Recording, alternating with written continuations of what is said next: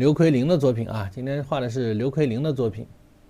好，下面有炭条的同学啊，把自己的炭条呢可以拿出来。哎，有没有炭条？感觉老虎好辛苦，不是上山就下山，对吧？还好啊，没有碰到武松就已经很幸运了啊。碰到武松是上也上不去，下也下不来了。那么咱们拿出炭条，哎，起个形，大概的1/3处。那么今天呢，我也是这个比较已经很克制了啊，这个尺幅我已经给它压缩的很小了啊。正常的按照我的这个画风啊，我是画的比较大的啊，就直接40整张就来了。但是在直播间不行，直播间呢太大，大家看不到啊，太大呢不好呈现。那么首先我们从脑袋呀到脖子这一块啊，你看看指的1/3线嘛，老师是不是说了1/3线的地方？哎，大概的1/3线的地方，对吧？在这儿，哎，这儿一个点，这一个点，大致的1/3线的地方。那么从头，哎，到脖子这一块，大概就是这样的一个1/3脊椎的地方啊。我说的是脊椎的地方，大致就是1/3处啊。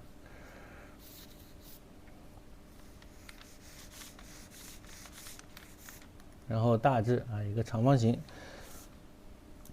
这条线啊有点太斜了啊，它其实比较平一些。你看这个大图啊，它比较平一点啊，平一点会感觉好一些。然后是脖子，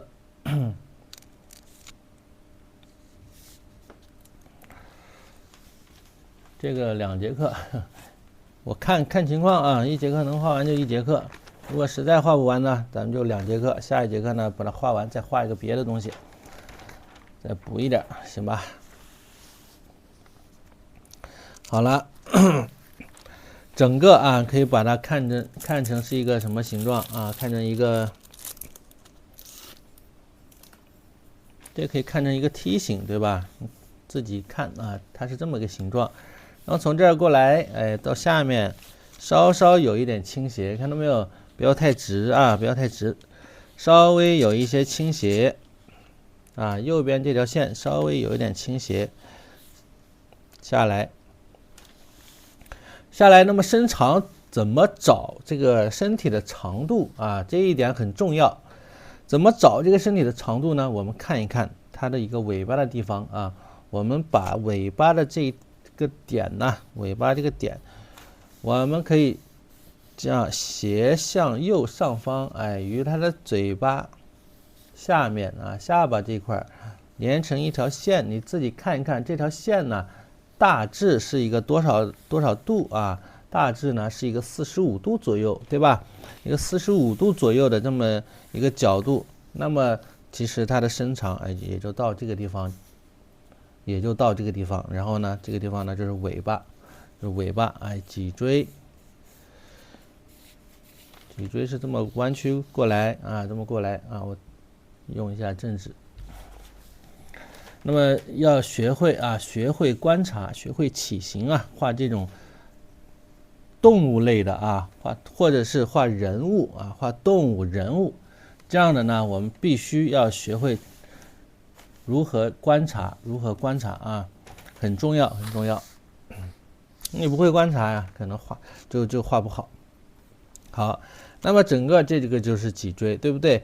那么身体，哎，我以前给大家画老虎，上课的时候给大家讲啊，那么这个老虎的身体啊，它的一个躯干，我们可以把它分为3段。前面啊，前躯就是腿呀，前腿，对吧？2个前腿，你看看啊，2个前腿，这是2个前腿的部分。然后呢，中间的部分啊，中间躯干部分啊，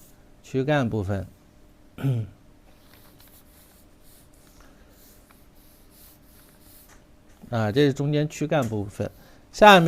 后边是它的一个后腿啊，后腿以及臀部的部分啊。那么按照这个稍稍有一些透视，它会比较大一点啊，比较大一些。哎，你看看，这么下来啊，这么下来，先不要管尾巴啊，由这个中间脊椎部分，我们可以看到啊，那么它的一个臀部，然后连接的直接就是下来呢，就是大腿了，对不对？哎，就大腿，然后呢小腿这么下来。直接就小腿啊，接着就小腿这么下来，不要画的太长啊，千万不要画太长啊，它这个稍微就已经啊有一点点长了。这个时候哎，我需要站起来看啊，坐着看呢容易画不准。大家起形的时候呢，一定要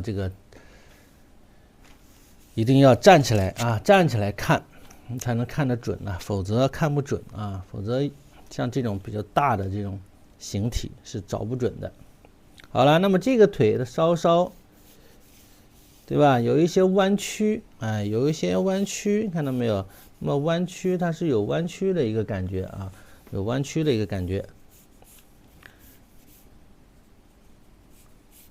然后就是脚掌啊，到这儿才是脚掌。注意啊，注意它的一个前脚掌啊和这个脚掌。它的一个位置关系，正好相差了一个脚掌的距离啊。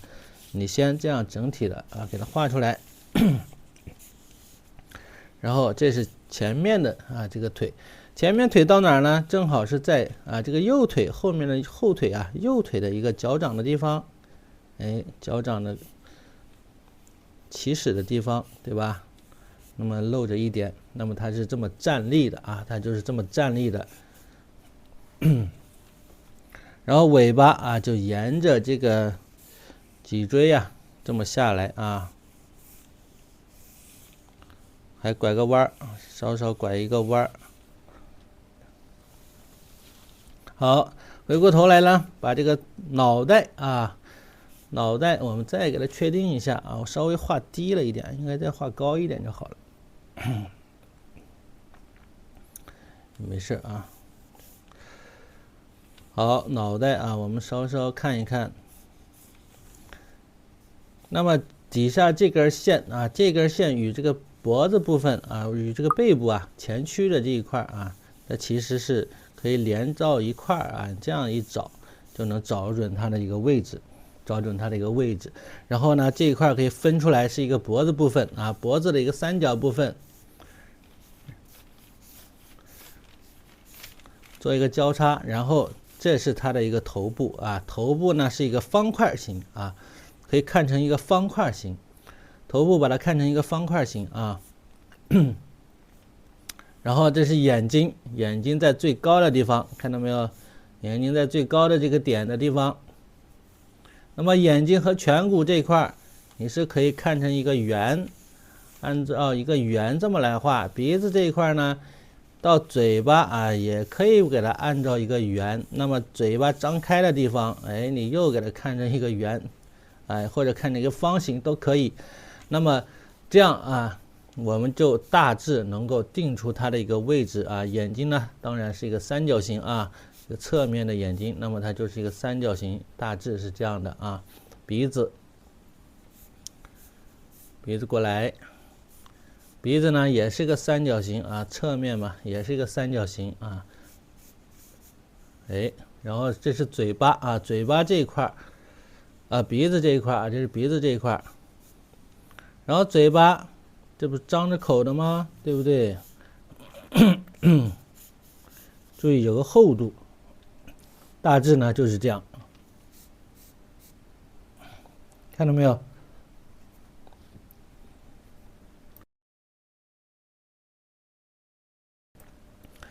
那么大致啊，就按照这个方式啊，很快啊就把形体给起出来了。耳朵在眼睛的后边，哎，耳朵在眼睛的后边，对吧？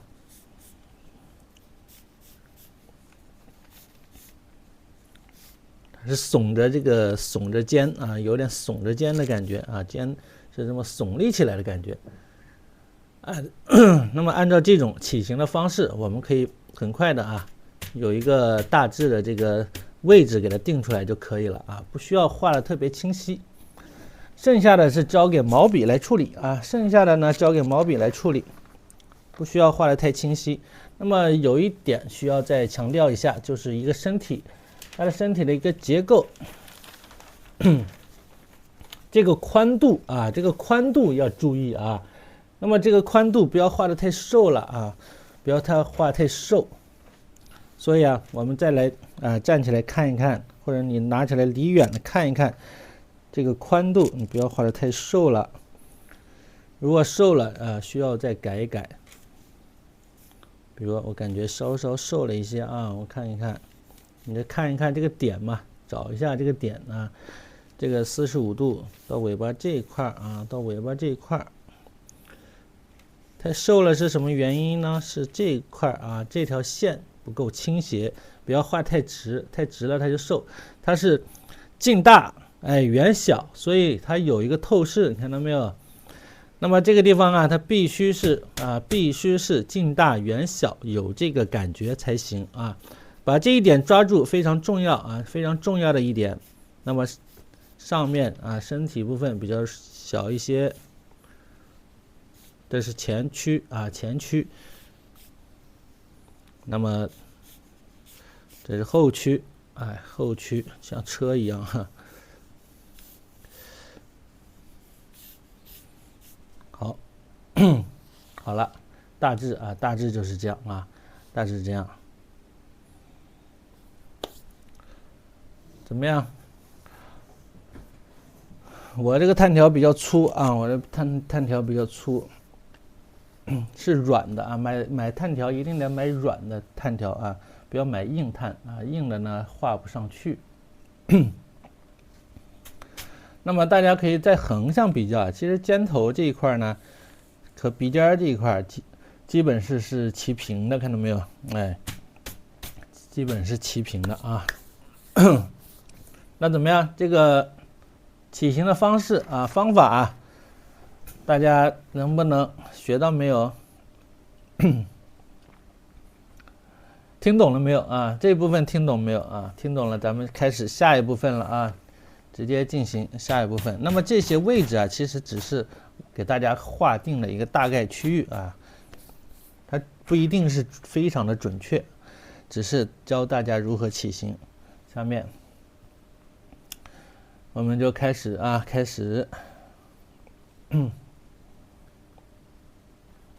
没跟画哟，懂了吧？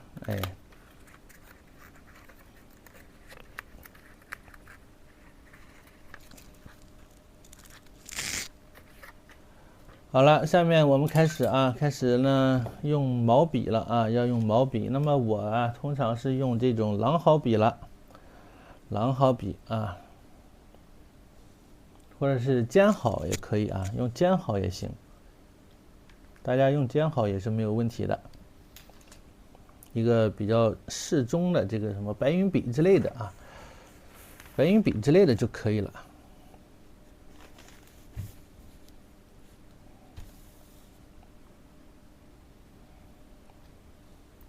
从头这儿开始从头部开始，毛笔要干一点毛笔要干一点。首先墨色你可以淡一些，不要太重了，别上来就特别重的墨毛笔一定要干，再找一个废纸吸一吸水，控一控水，把毛笔弄得干一些，看到没有？很干很干的这样的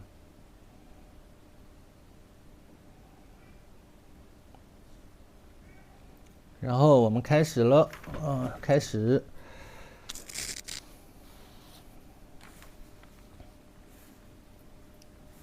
那么从脑袋顶上这一块开始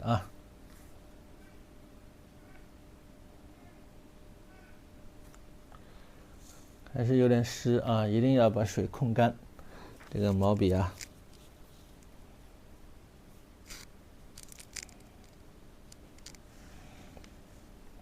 干一些，可以稍稍散锋一点点，没关系不要聚得太厉害。因为这个笔锋聚得太厉害呢，它就会有一个什么问题，它就特别实，画出来的线条特别的实。所以不要锯风锯得太狠啊。那么鼻子啊，鼻子呢它是有起伏的啊，它这样的话，因为这个老虎鼻子上的肌肉啊还是比较发达的。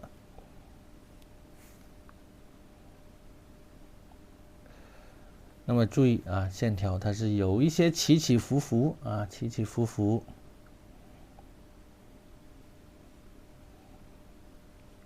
鼻子和咱们画的小猫的这个鼻子啊差不多，这个小猫的鼻子比较小，老虎鼻子呢比较大一点。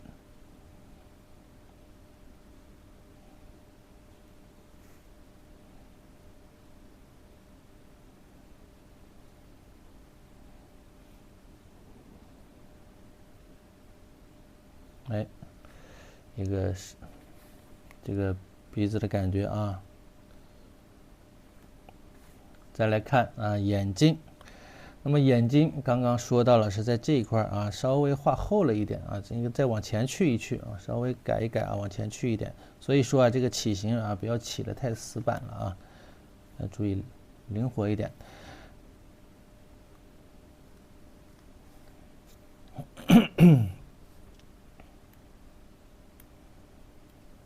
稍微放大一点是吧？好，不要画太高，高了啊，稍微高了一点。那么我下眼皮儿画个双眼皮儿。哎，侧面的眼珠啊，注意侧面的眼珠。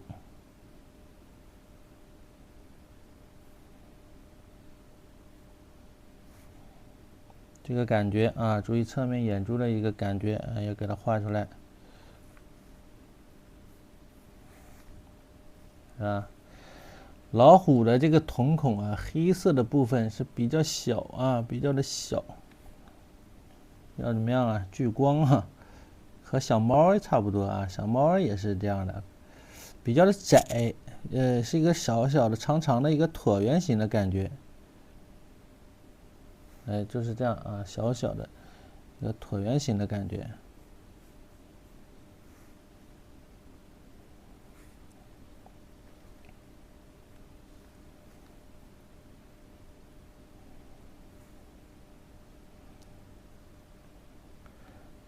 好，那么下面啊，下面呢，我们画这个鼻子，从鼻子过来呢，就把嘴巴呀就得跟上，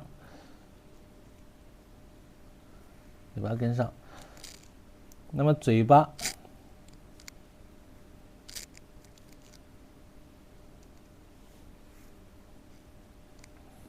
张着的嘴巴啊，它是有獠牙啊，这个虎牙呀比较锋利啊。那么嘴巴这个虎口地方呢，它是旁边呢，哎，如果细致一点，它是有这个毛发的，看到没有？哎，它是这样的啊，不要是直接，嘴巴不要张的，不要过大啊，往里收一收。然后呢，到了下面啊，下嘴唇这一块，注意啊，这一块呢，哎，墨色可以重一些啊，墨色可以重一些。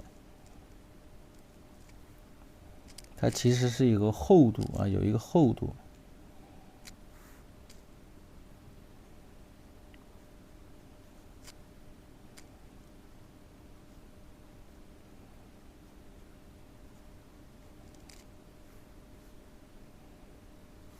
有一个厚度。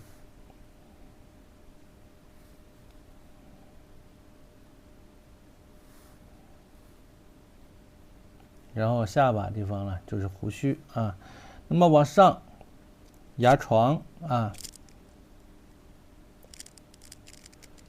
牙床呀，牙床上面呢，牙龈，这个画的相当的细致。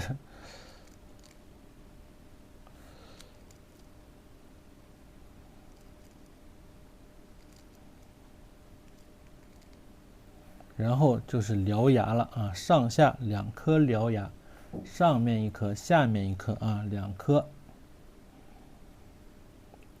注意两颗獠牙，它基本上啊是差不多大的，所以呢几乎是一半一半的这么一个位置啊，一半一半的这么一个位置。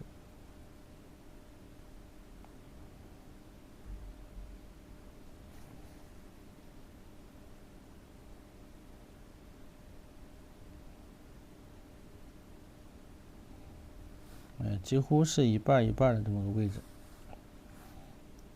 这边还有一颗。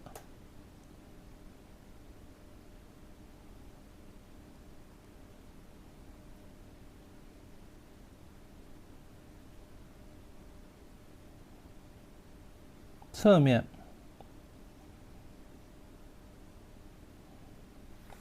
有一颗，然后这边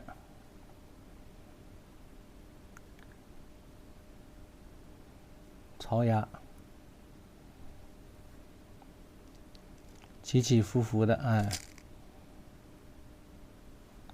小槽牙。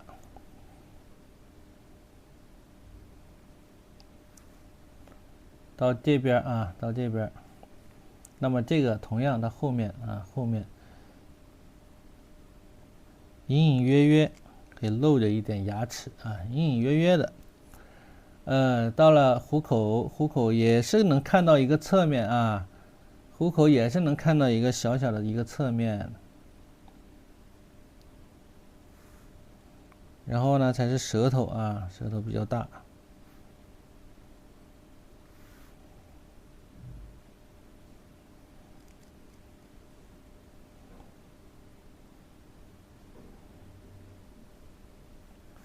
舌头的中线。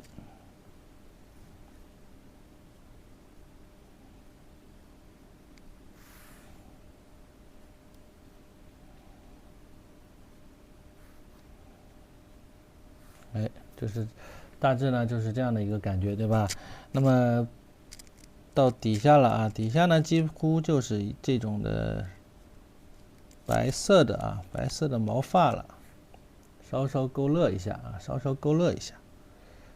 那么到这边也是，我们注意要组织它啊，这个图啊看不大清楚，但是啊你要知道啊，知道它的一个组织的方式大致是什么样的。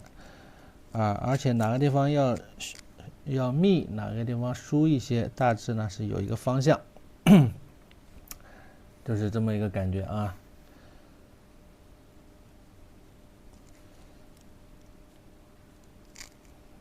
然后不要画多了啊，画多了就有点不舒服。那么下面来加它头部的这些斑纹啊。那么这些斑纹不是随意长的，对吧？不是随意长的。我刚才说过，刚才眼睛整个这一块你看作一个圆了，其实呢，如果是按照这种结构啊，骨骼的结构来说的话，那么颧骨这一块是不是鼓起来的啊？颧骨这一块，那么颧骨这一块它其实是在哪儿呢？是在眼睛啊下面这条线这儿啊，下面这条线这儿。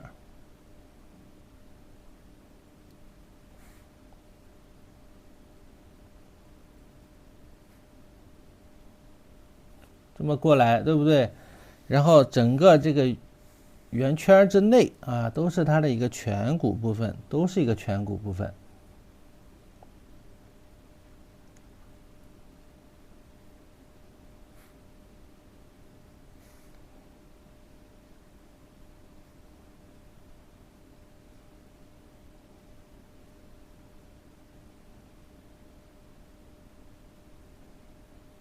所以不要乱画，对不对？那斑纹好，那么这块颧骨部分啊，画出来了，它是不是几乎就是长在结构上了啊？几乎呢就是长在了结构上面啊。所以我们通常画这些东西啊，我们注意啊，它都是一举两得的啊，双重目的。然后啊，再来添加里边的，对不对？小的这种层次感，再来增加它，包括这边啊，包括这边。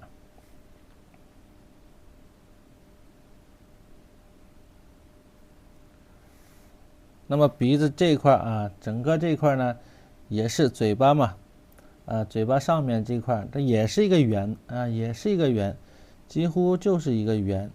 那么它的这个斑纹，它几乎呢也就是围绕着这个圆来的啊，围绕着这个圆来的，所以它的胡须的这一圈就是这么长的，明白吧？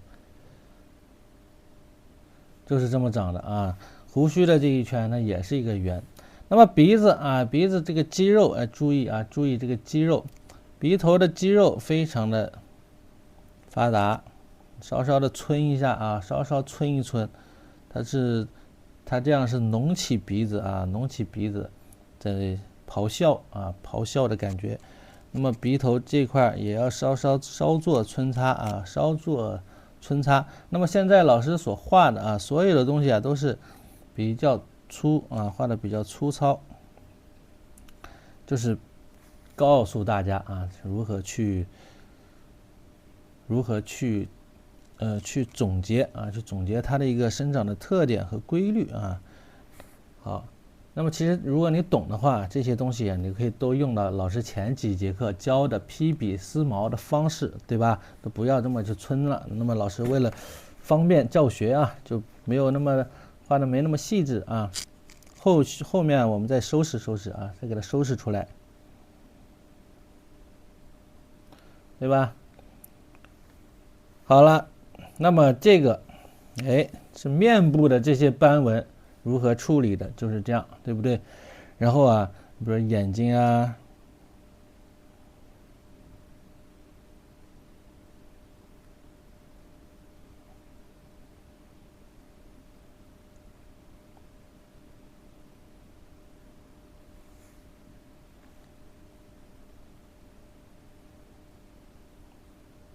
眉弓骨啊上面，对不对？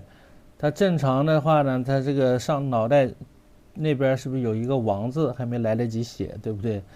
那么这边向着眼角啊过去，那么就是它脖子后边的这些斑纹，它都是有联系的啊，都是互相有联系的这些纹路。好了，那么整个再过来啊，最重的一条、最宽的一条黑色的斑纹。黑色的斑纹是什么呢？是它的一个头部，预示着它的一个头的大小，头的一个边界，明白吧？那么这些啊，在画画当中啊，一个是既要体现它的一个特点啊，生长的特点，另外一个还要体现咱们画画的一个目的性，是比较强的，对不对？画这些的目的性。那么我们用披笔丝毛的方式，看到没有？披笔丝毛的方式，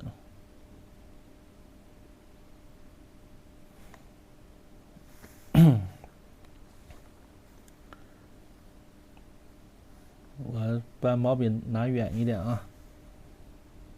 披笔丝毛啊，像这种老虎啊，动物类的啊，你要注意它的这个毛发慢慢的要转向啊，不要朝一个方向啊，不要齐刷刷的，对吧？而且呢，要有错落啊，要有这种交叉粗细的变化。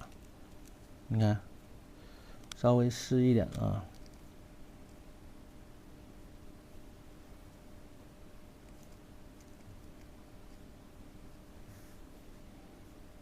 不要太死板啊，稍稍错开一些。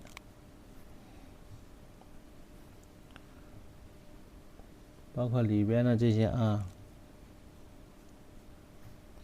既表现了这个不同的颜色的这种毛发，也表现了这个老虎的一个形体结构特征啊，所以说啊是一举两得啊。那么它的这个其实画的比较虚啊，底下呢画的比较虚，几乎是靠背景画了一个远处的这种水呀，这种岸边的感觉啊，用那个染色来烘托出了这个白色的羽毛，它没有去画白色的羽毛，明白吧？并没有像老师这样画的很清晰，它因为偏工笔一些嘛，所以呢它是后期啊靠这个远山远水来染出来啊。那么咱们稍微画一下啊，稍微画一点点。那是不是很快？你看看，很快呀，整个的面部呢都，差不多完成了啊。一会儿一染色，染色的时候，再按照老师的独家秘方啊，这么一染，就又能够显得特别的工细啊，工整。好，很快了。那么我们继续往后进行，好吧？往后进行，往后面呢就到哪儿了呢？到脖子了啊，到脖子了。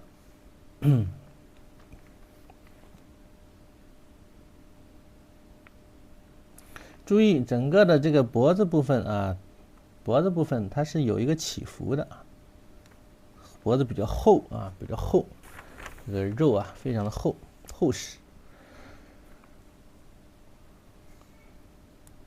我看一看啊，大家给我留言了，我看瞅一眼，什么了？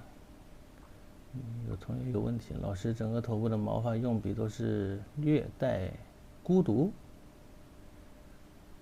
什么是略带孤独是什么意思？憨憨的雷云老师，哎呀，还行啊，不憨呢，还可以吧。来，继续啊，耳朵，老虎耳朵呢也是啊，黑白两色的这个啊，略带弧度啊。用笔略带弧度是什么意思？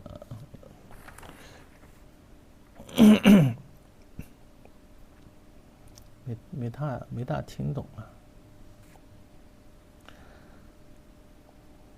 来，我们再来画耳朵。耳朵呢这块啊，小耳朵，耳朵啊，它其实是外圈是白色的啊，然后因为它就是黑白相间的这种感觉啊，黑白相间的这种毛发的感觉。那么你看皮比斯毛时候是要围着圈啊，绕着圈这么画，看到没有？绕着圈。那么呢，这个边缘呢，它其实是白色。轻轻的用这个笔啊扫一扫啊，自己知道就行。如果你自己心里有数啊，你回头染色的时候来表现它的一个区别也可以啊，就不需要这么去染它。好了，就可以了啊。那么大概呢，它就是这个头部，你看头部大概就是这样的一个感觉。整个的头部这个就出来了，对吧？就出来了，很简单啊，一点都不难。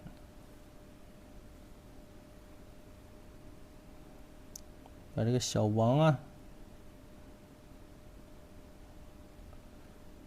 加一加啊。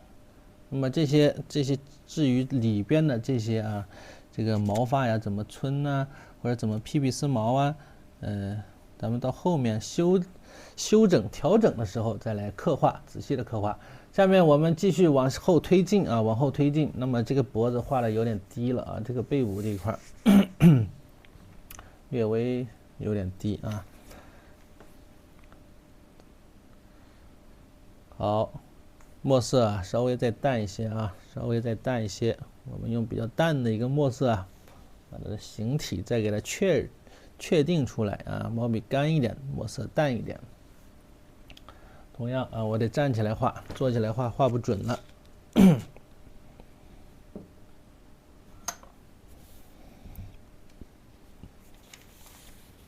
画虎呢是之前在原来的那个单位是吧？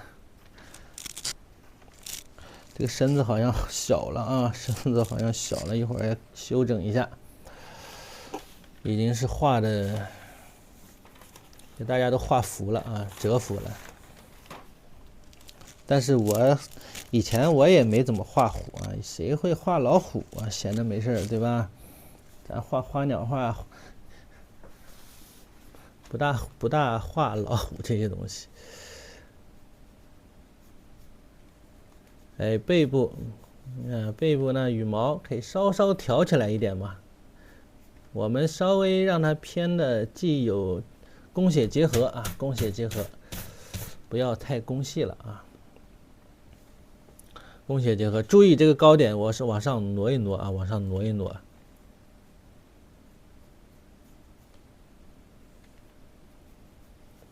那么旁边啊轮廓的这个羽毛，不是羽毛啊，这个毛发要让它有一点飘起来的感觉啊，蓬松感啊，要用了像是刚洗过一样啊，像是刚洗过一样，要像是刚洗出来的感觉啊，必须得蓬松。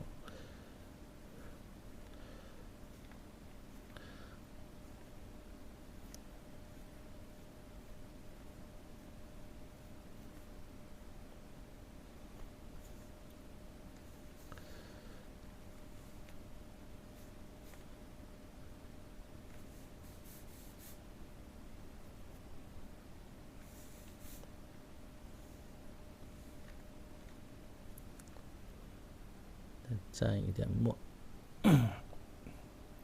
这个距离好像近了一点啊，好像近了一点，调整一下啊。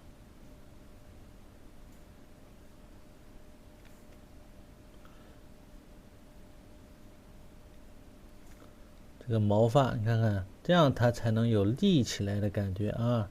你看我这个抖音号主页里边那只老虎，你看背部的虽然方向不大一样啊，虽然方向不一样啊，但是主要特征是一样的啊，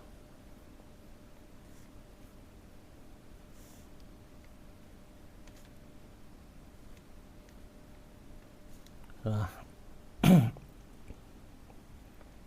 我就感觉这个纸好像小了一点，不够我发挥的感觉，就不能克制自己，克制反而不大好了。好，我们首先呢，主要啊，把一个是背部的轮廓啊，轮廓的这个感觉呢，给它找出来，可以披笔丝毛啊，分个组啊，一个轮廓的感觉给它找出来。然后注意啊，注意它的几段啊，刚才说了3段，对吧？把这几段再给它画出来啊，把这几段给它画出来啊，找出来。那么这一段，注意啊，这是前面啊，前面这一段。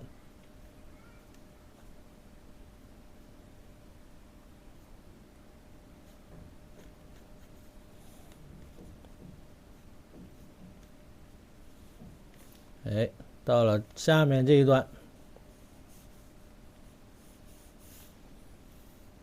下面这一段啊，下面这一段中间是白的啊，2段中间是白色的羽毛啊，用笔是比较虚一些，比较虚一些。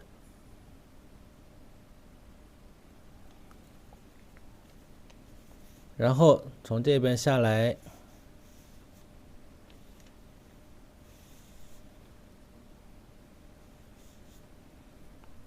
那么这是中间的躯干部分啊，中间的躯干部分。用炭条的一个好处是什么？这个如果不大准呢，你可以擦一擦，擦一擦。小了，画小了。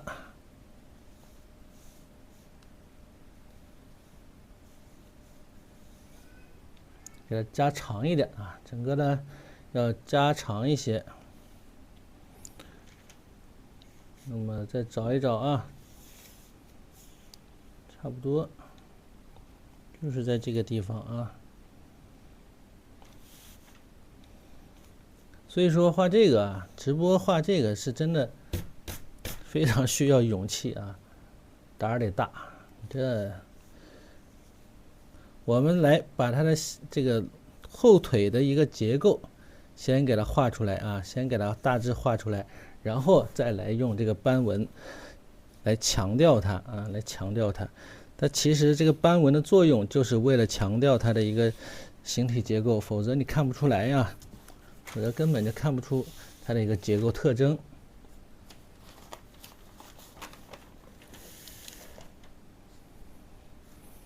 往上去，那么整个的臀部，哎，它就是这样的。我们找到啊，找到它的一个臀部的上面的这条比较重的啊这一块，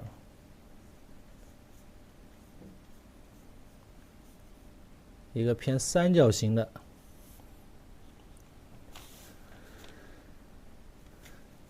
背部，然后才是什么？才是尾巴。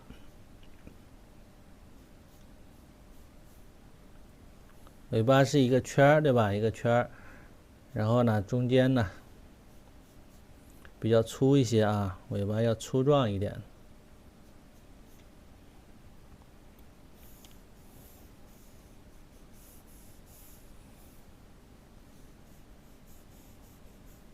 用虚线啊，可以用这样的虚线。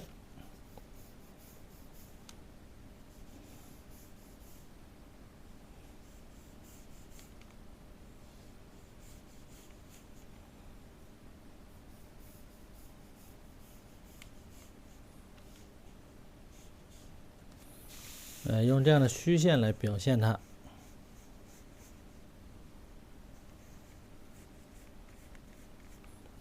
用虚线。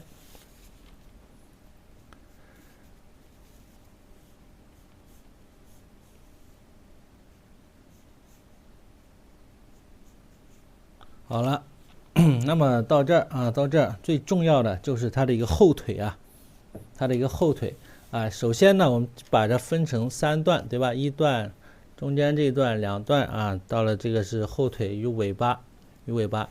那么第2段其实这个中线是在这儿啊，第2段是在这儿，整个这是第3段，整个这是第3段啊，整个这样是第3段。然后画后腿，后腿呢，我们看一看啊，后腿它的一个动态呀，非常的重要，至关重要啊。这个后腿非常难画，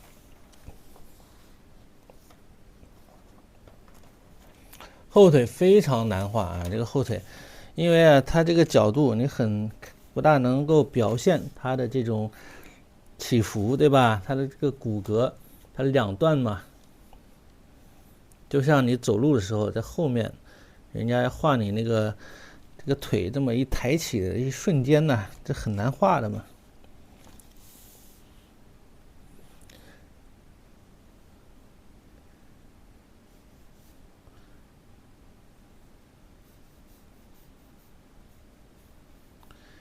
好，我们首先要分出2段，你要知道啊，不光是2段，其实啊，严格来说3段啊。臀部啊，臀部这占了一部分嘛，对不对？臀部它其实占了一部分面积啊，它臀部啊，我们直接画重一点吧。披比丝毛来画出这个毛发，同时也分出它的一个臀部啊，分出它的臀部。臀部你看看整个占了这么多的面积啊。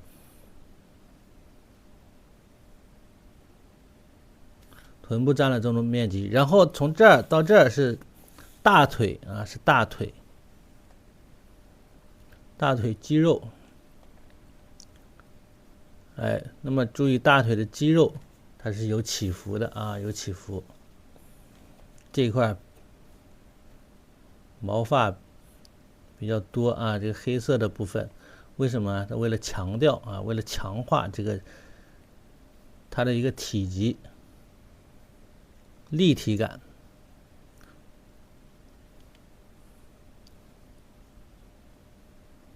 通过这个来强化它。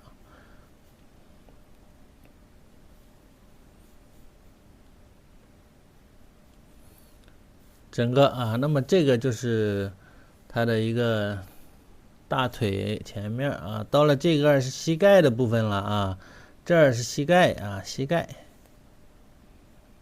呢，它又是有起伏啊，又有起伏，所以啊，很难表示啊，很难表示，比较难画啊。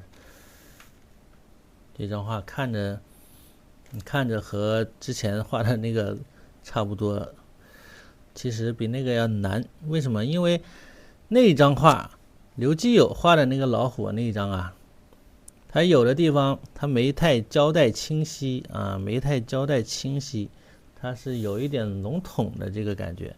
那么刘奎林的这个它交代的很清晰。脚掌啊，到这儿了就是脚掌，我表示一下啊，脚掌怎么表示呢？然后啊，这边都是这个比较深的毛发啊，这样你就能看懂了，明白吧？然后呢，到这儿就是膝盖这一块儿，而且是后面呢一个背后的感觉，它也是通过这种比较深的这种聚集在一起啊，深的这个虎纹啊聚到一块儿，让强化这一块的结构。你看看，哎，所以啊，这个深色的虎纹一定要利用好啊，利用好它的一个作用非常的多。然后才知道是爪子。那么到了爪子呢，就简单了。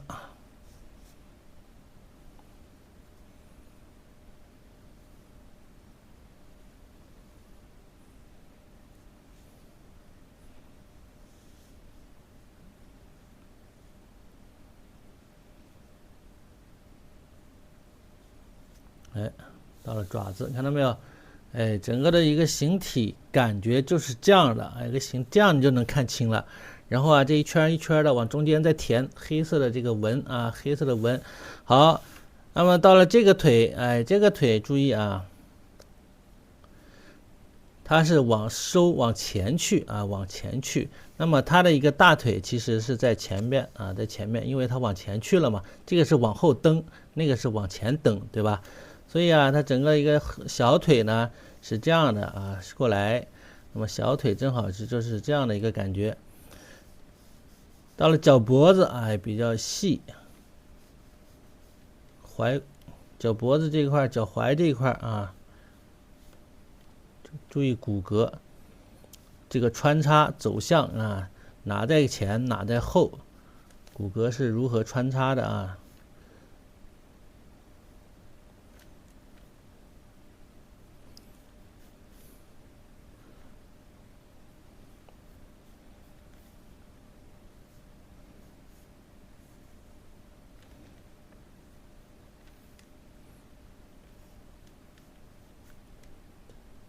那么脚掌啊，脚掌往上提一提，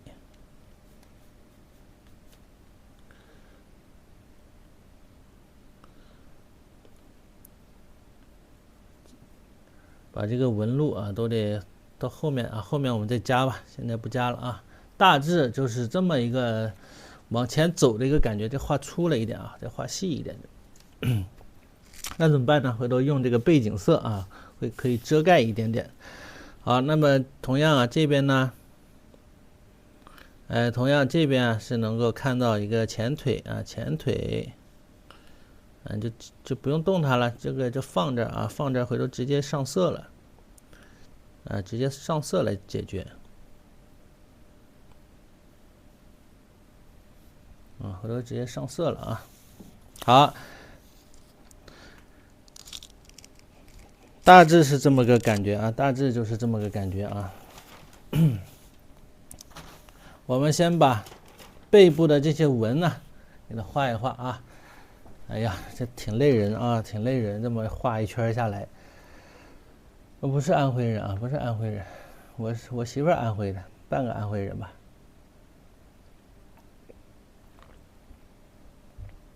身体的一个透视非常重要啊，它其实身体部分不长，它是哪长啊？你看从尾巴根到下面这一段特别的长，比较修长，它腿长，你知道吗？这个透视，这个正的背面啊，正的背面，这个角度啊，一般人都没人敢画，没人敢画这么个角度，一般都是画一个侧面啊，比较好画一些。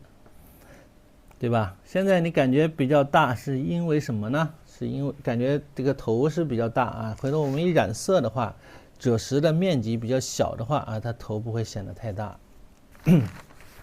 这和染色啊是有很大关系的啊。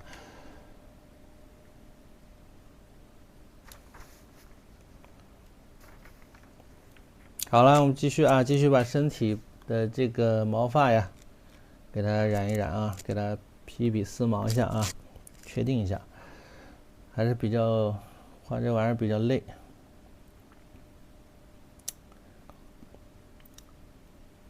每次画老虎，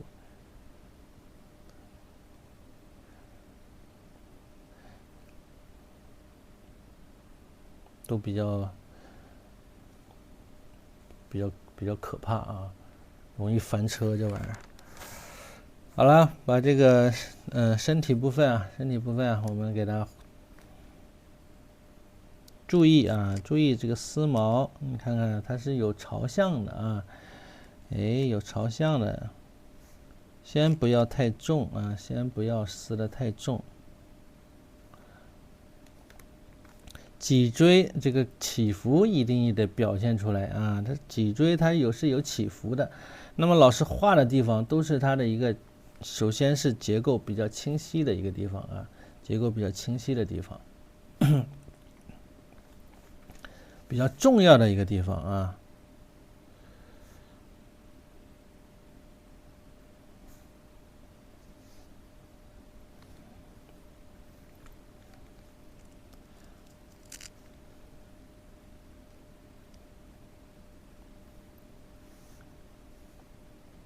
本来想教大家画金钱豹的，下一次咱们画个金钱豹，好不好？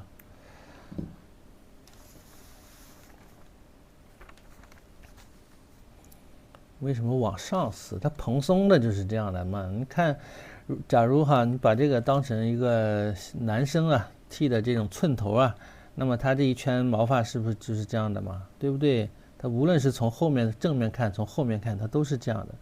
那么这个老虎，它毛发本来就是向上这么放射状的这么长的嘛，比较长，比较蓬松，不就是这样？那么我们的头发，如果女生啊剪个比较短的头发，不是那么特别长它就垂下来了啊，不是特别长，中等长度，它就会这么蓬松起来嘛，这个很好理解嘛，是不是啊？对，昨天晚上身体不太舒服，今天好点了。昨天晚上睡得早。我看大家都比我睡得晚啊，大半夜还有给我发新年快乐的。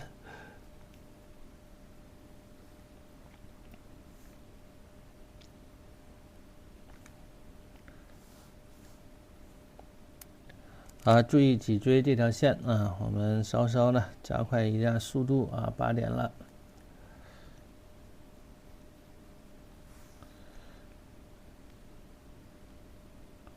那么你把主要的这几个部分的这个毛发呀确定出来啊，其余的呢就是自己根据情况自己加都可以啊。所以这个就是你要利用这个黑色的斑纹来强调它的一个结构特征啊。最重要的几块地方你强调好了之后啊，其余的部分呢，根据自己的理解可以来改一改也行啊。即使因为你临摹的话，不可能完全临的一模一样啊，很难呐。你有没有底稿？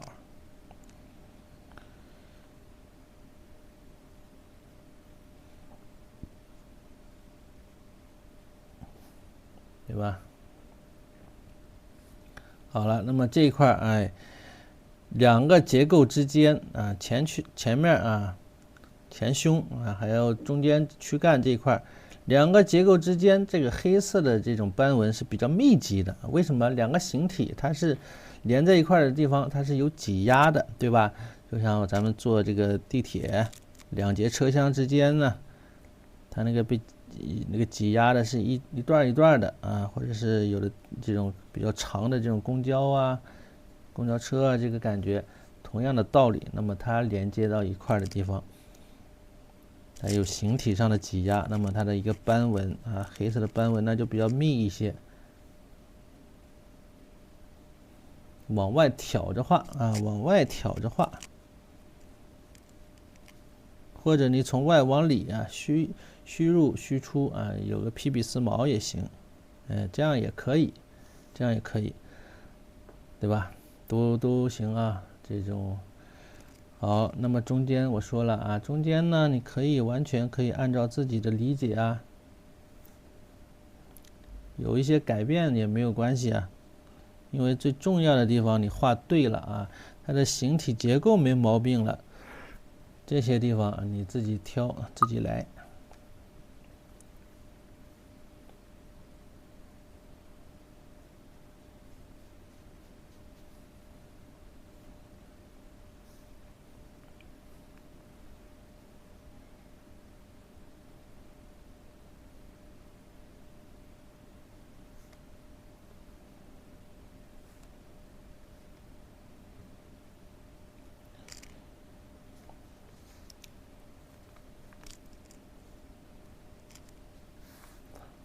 比如如果你是画了这个线的啊，那么就稍微在这个线上啊，稍微挑一挑，破它一下啊，破一破就可以了。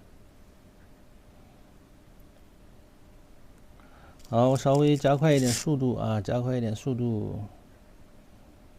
来，马上整点了，是不是？好好好，今天看到了，今天看到了。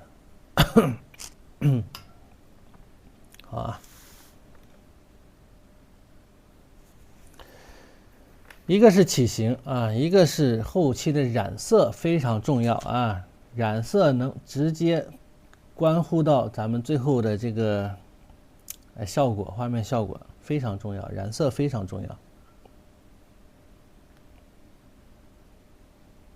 你看我主页那只老虎画的啊，那个就靠这个染色的时候，因为染色的时候其实就是在披比丝毛嘛。它就一层一层的叠加，那么这个毛发就是特别的蓬松啊，最后画出来很蓬松，都像洗过一样，对吧？像吹过一样。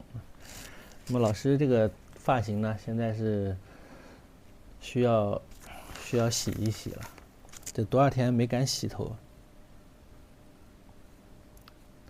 我只能把小老虎画的蓬松一点啊，把自己的愿望加在这个小老虎身上。啊，介绍一下课程啊，咱们课程呢一共是120节啊，一经购买啊，永久回放。120节，120节里边有像这样的画动物啊，当然有难的有简单的啊，你比如头2节课画的猫啊，画的这个兔啊，就相对来简单一些啊。今天是做一个这个告别2022啊，咱们就画一只老虎了。因为好多同学之前没学到过这个老虎，也想画，对不对啊？所以今天呢，就给大家画个老虎。以后当然是估计是不大会再画老虎了啊。然后还有小写意课程啊，小写意课程就是咱们昨天呢画的这种，紫藤啊、锦鸡呀啊，以后就是这一类的啊，就是大家常见的这一类的。当然案例上会比较精美啊，都是老师精心的挑选过的，你知道吧？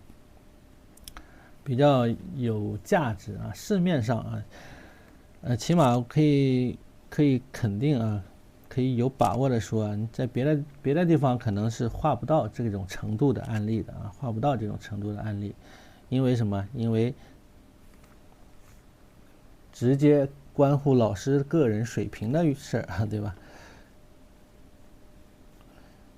包括像老虎这样的啊，估计都没人直播敢画这些东西。所以课程是非常值的啊，非常值啊，非常值。因为这是我第一次，在这种公开平台啊，售卖这个教课教学，对吧？以前都是线下这样的。那么线上的话，这个课是比较实惠了啊，平均下来一节课2点几元，2点几，很便宜了，你就当看一乐了，对吧？你不学，你看一乐都挺划算啊。如果我的老师愿意啊，在抖音上天天这么直播啊，我肯定买，对吧？就为了看他，我也得买。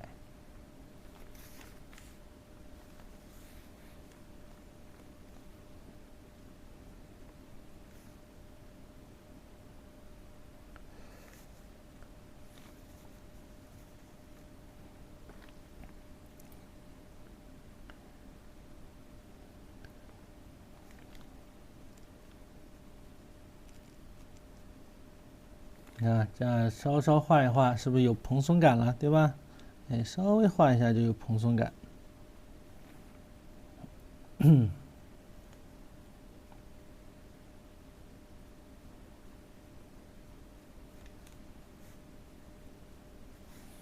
啊，不用画太多啊，不用画太多，画太多就太像工笔了。咱们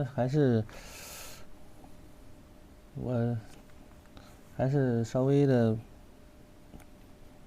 放开一点啊，放开一点。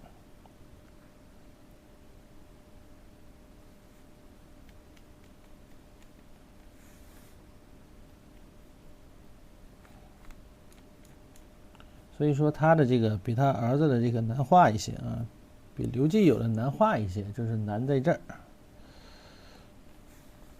刘季友的呢就好一些啊，好整一点。那么像这样的地方啊，我就稍稍放开一点啊，快点把它给统一起来。哎，注意几个形体啊，注意这几个形体啊，几个形体的地方，你要把它皮丝毛啊，稍稍注意一下就可以了。这几个形体，对吧？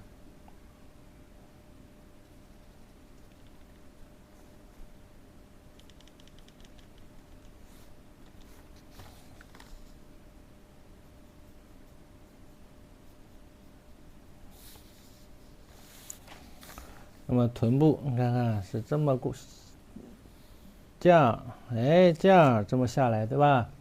有起伏啊，有起伏。然后上面的这些斑纹，哎，围绕着这个结构，那么这就是叫结构啊。围绕着这个结构呢，它会强化它。你看看，它不断的在强化这个结构，对吧？那么在咱们视觉看了之后呢，会把它有一个视觉的，自己会自然而然把它连到一块儿，就自然而然强化了这一块。那么这一块呢，又是凹进去了啊，有一点凹进去的感觉啊，要注意这一块有点凹进去的感觉。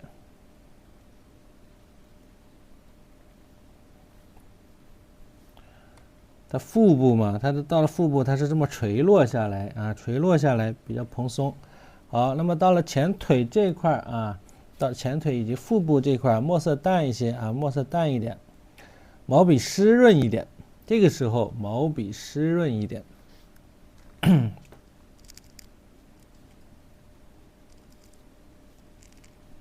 毛笔湿润一点啊，浅一些啊，就是墨色比较浅，看到没有？比较浅。那么这一块呢，就是它的一个腹部，哎，腹部。好，那么再来看看这几个形体的地方啊，看这几个形体的地方，我们再继续啊。刚才说了，那么这边有挤压啊，挤压的话它会比较重一些嘛。同时，它旁边还会利用旁边的这些黑色的斑纹啊，它来强调这个结构，就会加强这一块的密度啊。加强了之后，那么这一块它的一个体积的感觉呢，就自然而然呢就比较强化了啊，就比较强化了。然后特别是背部这一块脊椎的地方，不断的强化它。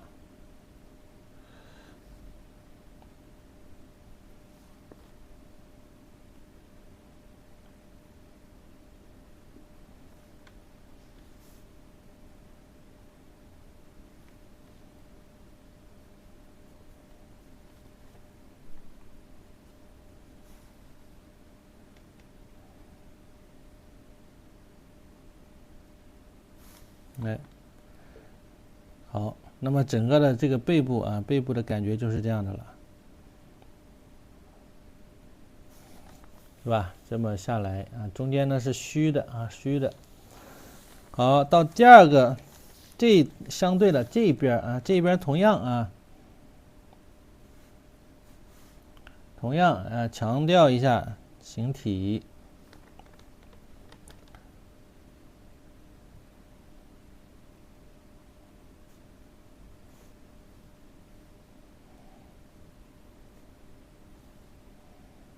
有些呢，你就可以自己按照自己的这个理解，按照自己的这个理解你来画都可以了。因为什么？因为最重要的地方啊，你已经画出来了，最重要的地方已经画出来了。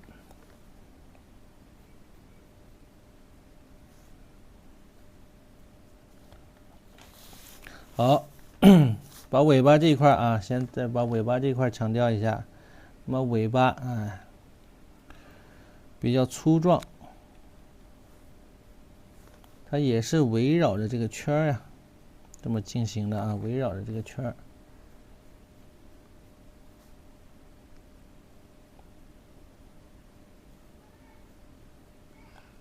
你看。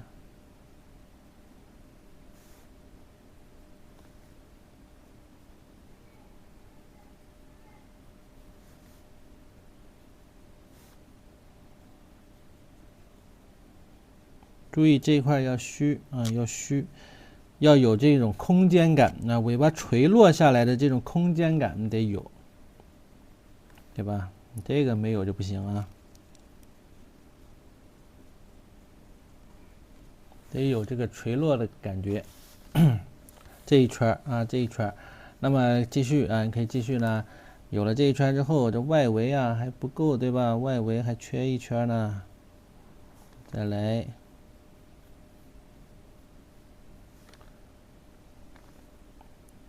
到下面了，虚一点啊，到下面虚一些，因为下面呢是白色的这个。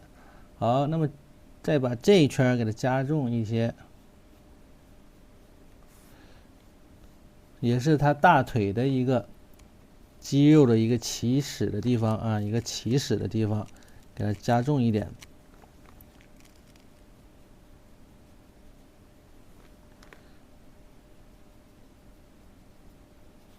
哎，强化它。那么这些地方都给它强化啊。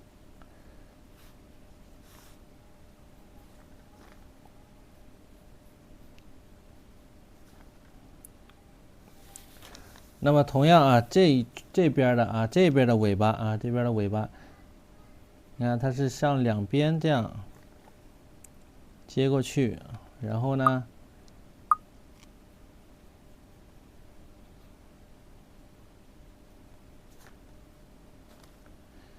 利用这个黑色的纹啊，黑色的虎纹呢，来把这个尾巴的这个，我这个好像稍微画粗了一点呢，稍微画粗了一点点，好像。那么到边缘的地方啊，稍微虚一些，哎，稍微虚一些，哎，这样就好一点啊。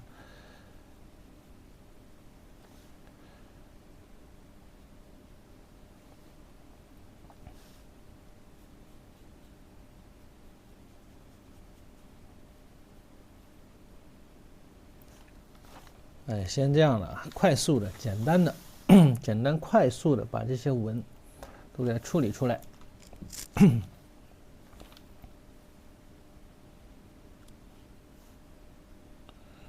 站起来看一下啊，好像出了一点点，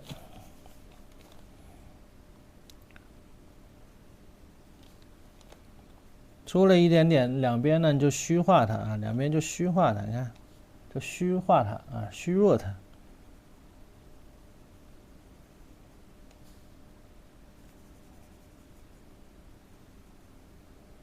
哎，两边就虚一点。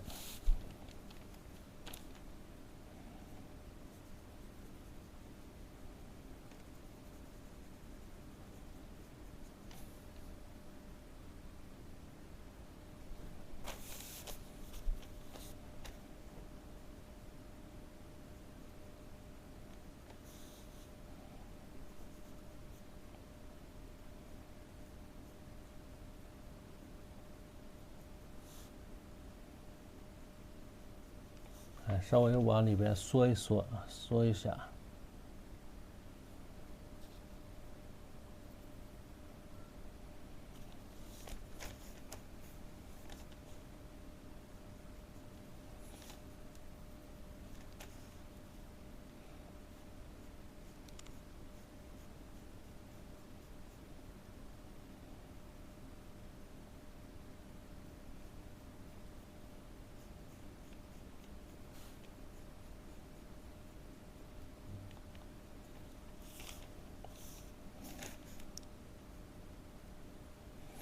好，大概齐呀，大概齐就是这样。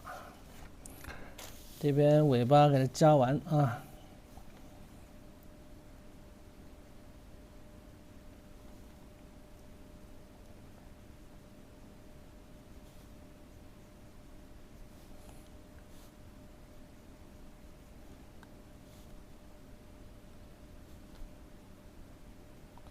稍稍强调一下啊，这个大腿的结构，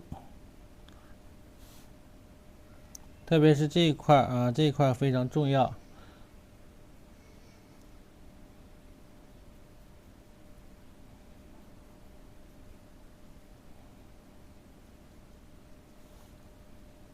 这一块的感觉啊，还有这一块啊，这一块，它的一个外轮廓了嘛，这就到了外轮廓了，这块强调一下，然后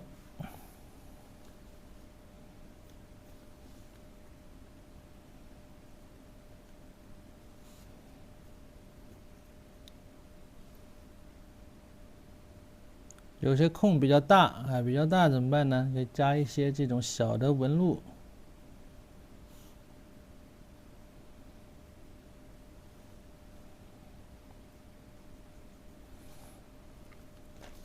像这样的啊，比如说进行一个交叉啊，纹路的一个交叉啊，不要是平行的啊，千万不要画成平行的了。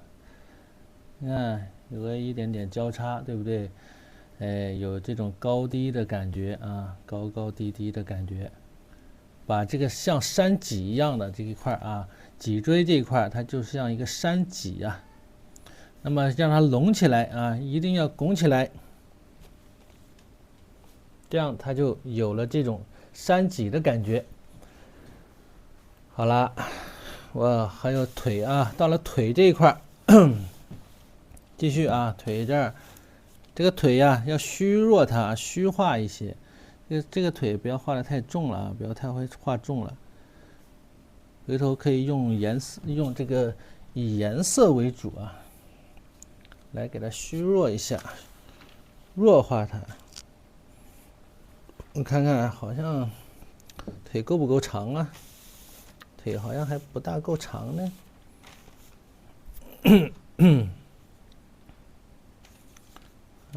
还再画长一点就好看了啊。所以说这个老虎啊是不大好画的。先染色吧，染好颜色之后啊，下一波再把腿我看看啊，再怎么修改一下啊。这个就是画这个老虎啊，就是，想翻车你就画老虎啊，80%翻车概率啊，80%。好，把这个染色染一染啊，染色染一染。赭石，调赭石，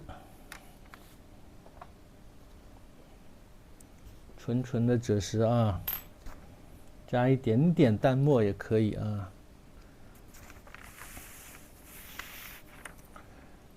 好，染色我稍稍放大一下，我们先从头部开始染啊，先从头开始染。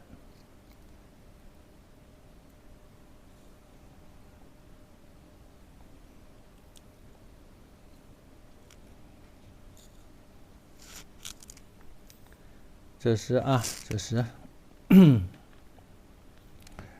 这得用一支好一点的毛笔啊，好像也没什么好毛笔。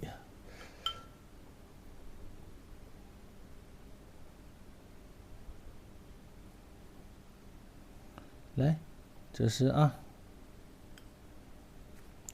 多调一调，因为估计最少得染2遍啊，最少得2遍，2到3遍。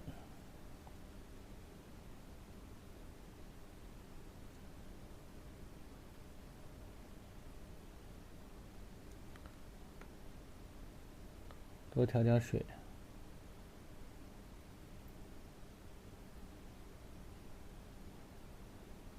没有，我没有毛笔的链接啊，也没有纸的链接。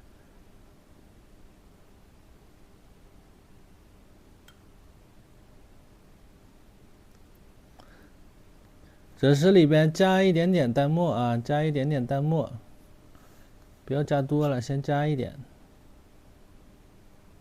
第一遍咱们先加一点点。好了，我调好了啊，我调好了，大致就是这么个颜色啊，加了一点点淡墨。把毛笔呢像昨天染色一样啊，毛笔啊调好色之后，哎，给它压扁，不要水分不要，颜色啊不要太多啊，不要太多。那么我开始了啊，开始了，我就从头部这一块开始啊，额头这一块，哎，虚虚的、浅浅的，披笔丝毛啊，看到没有？披笔丝毛。这一块的毛发呢是比较短促啊，比较短促。那么你画的时候，哎，你可以像类似于在点点似的这种披笔丝毛的方式，类似于这样的一个丝毛的方式，朝一个方向啊，选择朝一个方向。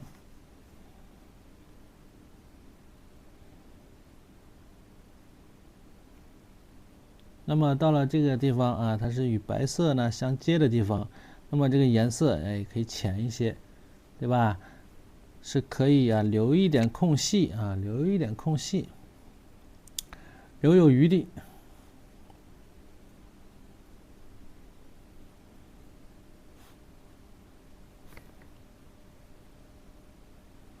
我第一遍啊，这个颜色好像浅了一些啊，保守了一点啊，保守了一点，这估计得染3遍。你可以再加一点啊，再加一点颜色，太保守了，好久没画了啊，太保守了。哎，我可以沿着一个方向看，重的地方我再加重嘛，重的地方我再加重啊，再加重它。那么到了这一块啊，再来染眼睛，同样啊是朝着一个方向，看到没有？朝着一个方向很重要，这一点不要乱涂，稍稍注意一点点方向的这种调整啊，微调。因为什么？毛发呢，它是一种放射状啊，看到没有？有一种放射状。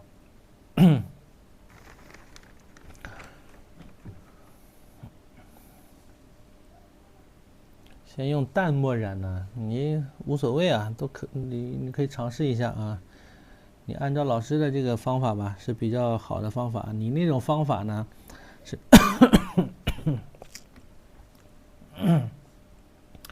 你那种方法呀，是这个叫什么素描式的这种方法啊。你看我是怎么画的，好吧？你先看。我也会用墨啊，但是我不是先直接那么用墨啊，不是直接高就高在哪儿呢？就高在这儿了啊。我这个方式比你那个高明一些啊，就高在这儿了。通常大家都想到的都是这样啊，都是用墨色啊，先拿重，对吧？先把墨色先给一染，染完之后，哎，我再来上浅色，对不对？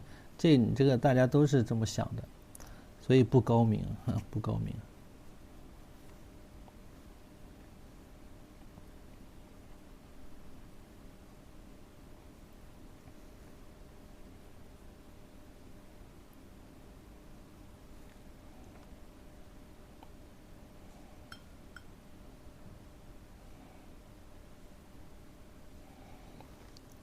有的地方啊，稍微的挑染一下。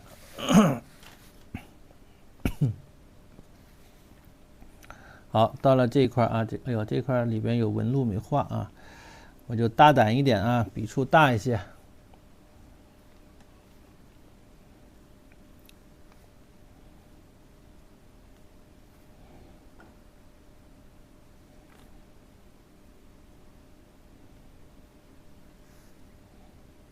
所以我说染色非常的重要嘛，染色它是至关重要的啊。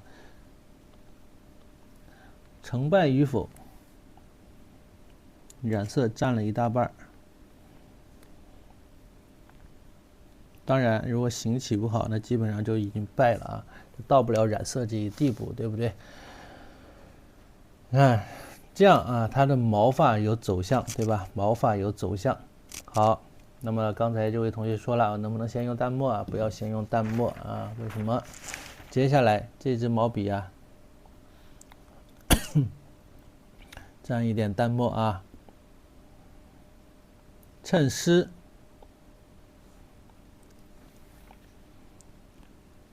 披笔丝毛。本幅作品的精华的地方来了啊，精华的地方来了，又一个精华点来了。你这样，你看看我这样画的和你直接那么画是完全不同的效果。我这样是毛茸茸的，明白吧？我这样是能画出毛茸茸的感觉，你那样是比较生硬的。那么一开始我不都是这么去直接用墨画，那是比较生硬的，对吧？为什么直接用墨画呀？那没办法呀，教给大家，给大家讲解呀。如果正常的话，我就是直接染色，染完色之后，就直接像这样的啊，像这样的方式去画。生宣画工笔就是这种感觉嘛，知道吧？高就高在这儿了啊。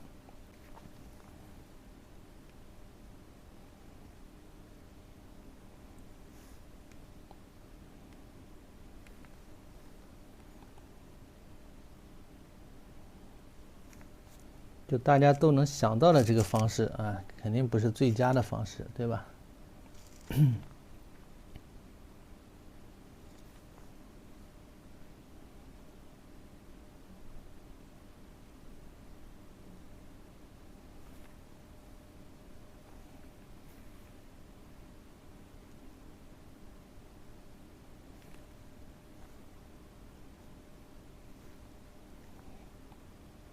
好，这一块啊，选择性的啊，挑染一下啊。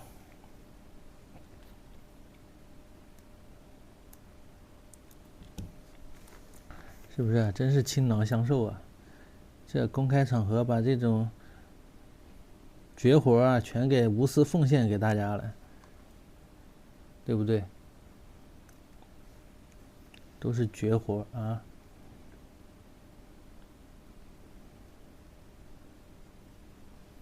你看看这样一染，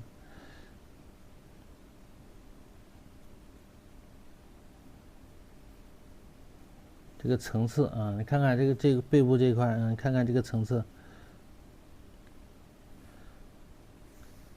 是不是毛茸茸的？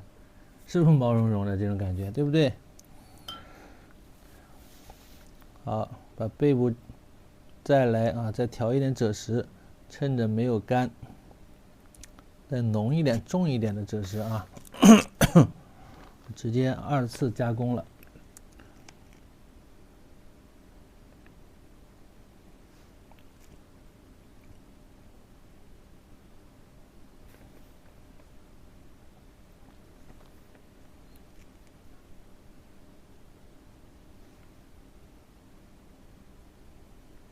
需要加色加重的地方啊，直接2次加工。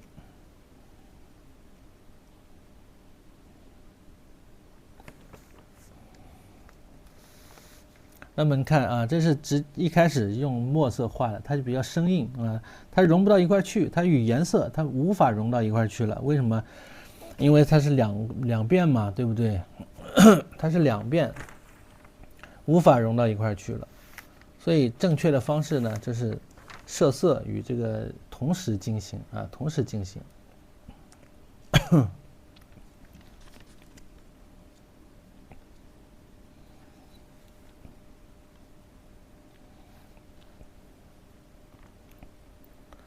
啊，那么同样的方式啊，我们先整体染一遍。我喝口水啊，嗓子不舒服。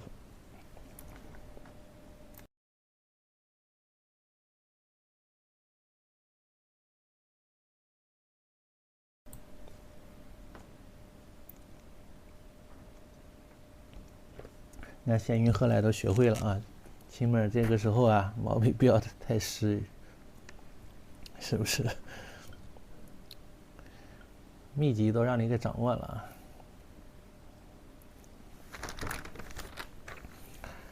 来，染色啊，顺着这个放射状啊，放射状。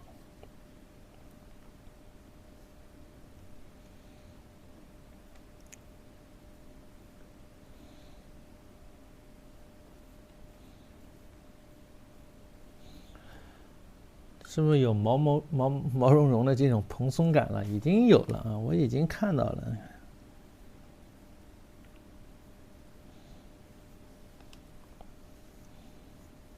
所以应该是连这种黑色的纹呢，其实一开始要少画，不能画太多啊，画多了后面就没有余地了啊，没有修改的余地了。那没有办法啊，教学呢就是要以大家啊学会为主，必须得舍弃啊，必须得舍弃一样。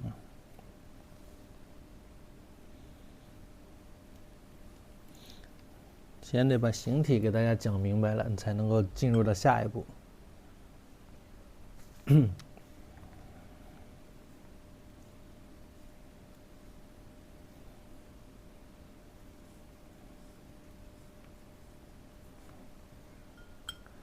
注意啊，要留有一点这种飞白啊、空白的地方。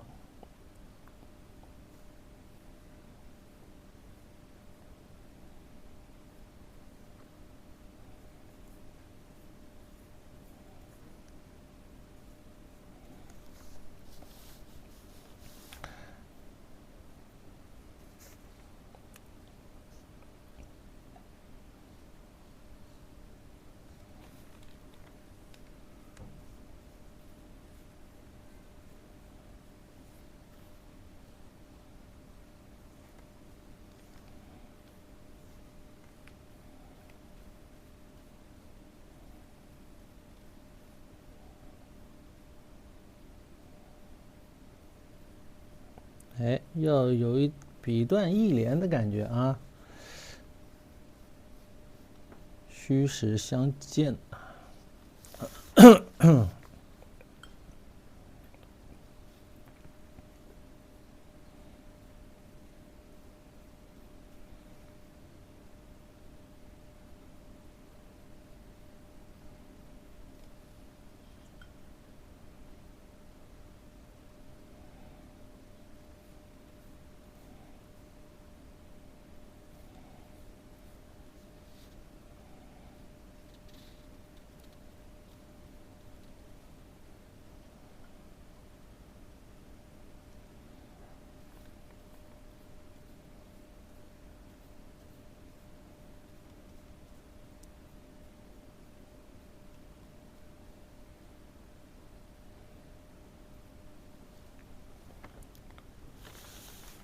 这个红星纸它发色，它的颜色啊，呈现效果和那个之前用的敬亭山啊不一样，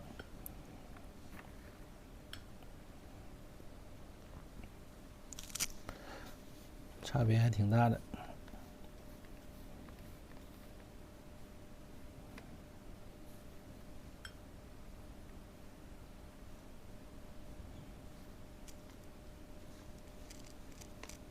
到底下，颜色呢虚一些，注意有飞白。那么这个毛笔的含量啊，颜色的含量要少一点，少一点。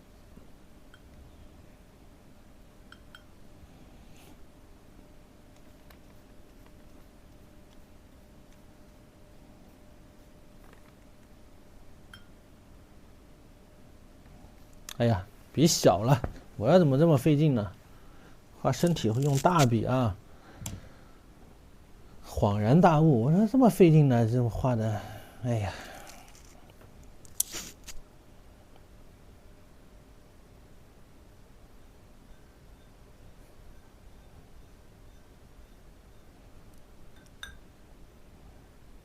站起来，大毛笔，大毛笔啊，用大毛笔啊！刚才毛笔太小了，挥毫，挥毫一下啊！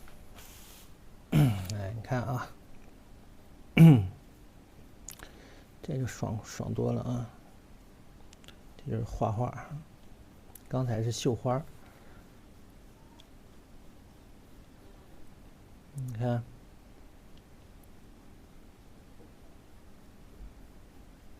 就是这样的，到这儿啊，这个腿部这个呈一种放射状啊，往下来，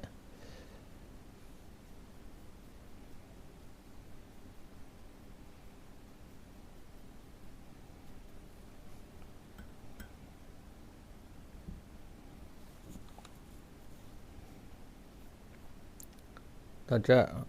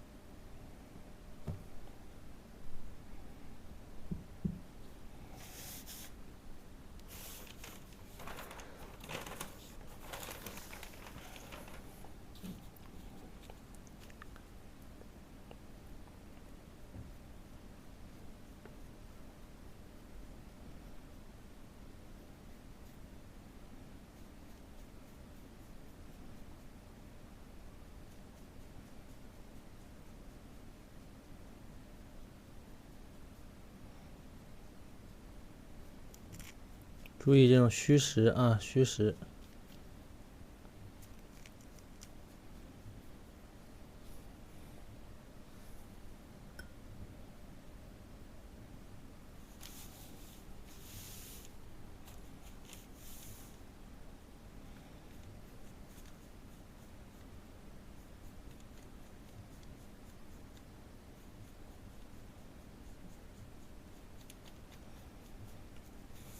这个短了一点点啊，再下来一点点就好了，略短。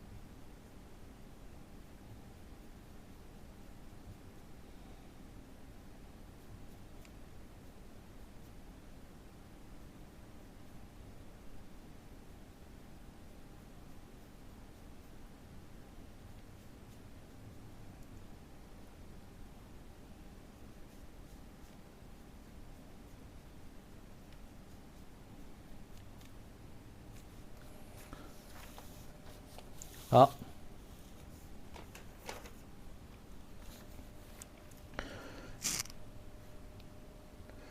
再把有的地方啊再强调一下啊。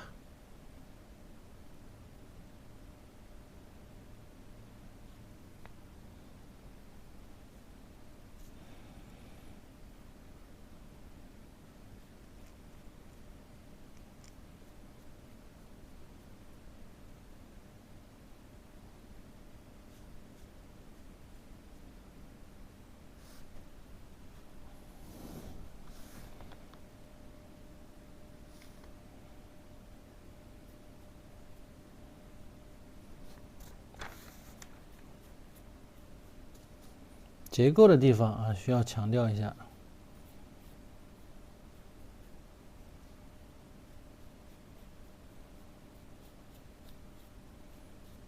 哎，该实的地方啊要实。同样啊，用刚才的方式，笔尖调淡墨，笔尖调淡墨。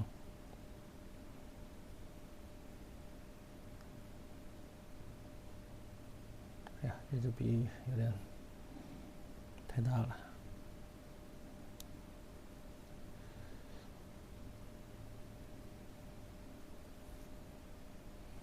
调淡墨啊。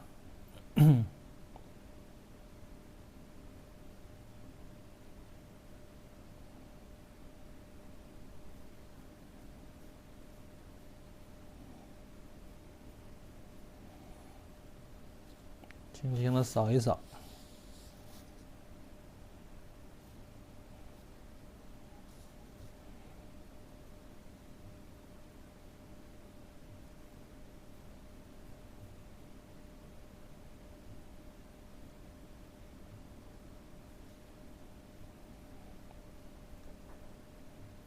注意间隔啊，注意有一定的间隔，看到没有？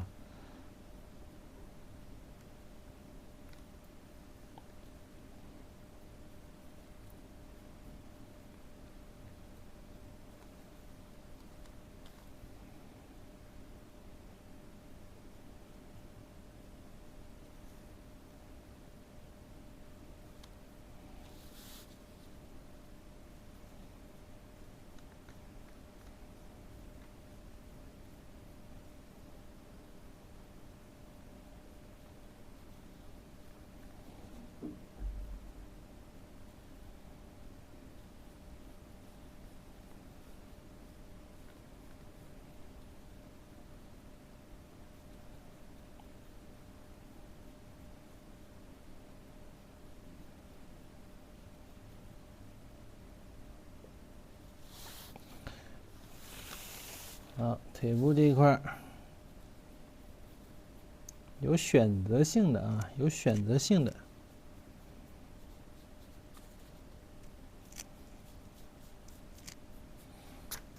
哎，整体这样，干了之后啊，再画一遍。那干了之后再来一遍，然后再干了再来一遍。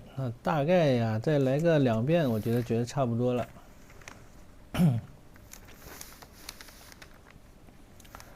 是吧？这个就有这种蓬松感啊，有蓬松感。好，下面我们把背景啊也要跟上啊，把背景跟上啊，跟上处理一下，把这个该衬托的地方需要衬托，好吧？把背景是一棵树啊，一棵松树，比较的简单啊，比较的简单。等它干啊，等它干了之后啊，再来一遍，它的层次啊会丰富一些啊。一直画容易，一个容易破，再一个容易太腻歪啊。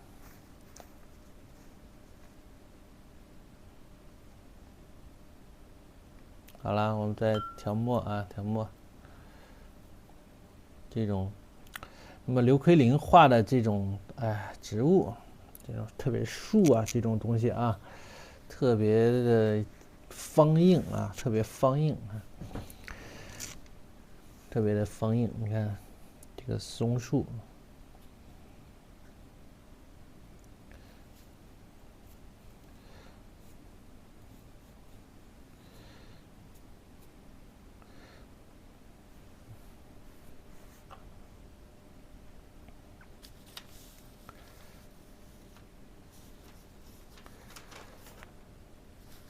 尖毫啊，用的尖毫，通常啊都是尖毫。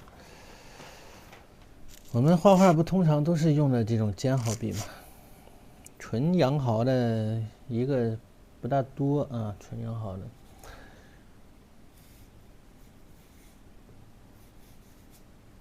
他画的这个就比较好画啊，他是比较有这个西画的感觉啊，中西结合的感觉。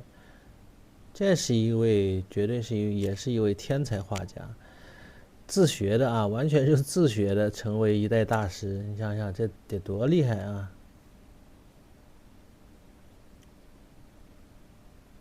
这就是天才型的啊，天才型的。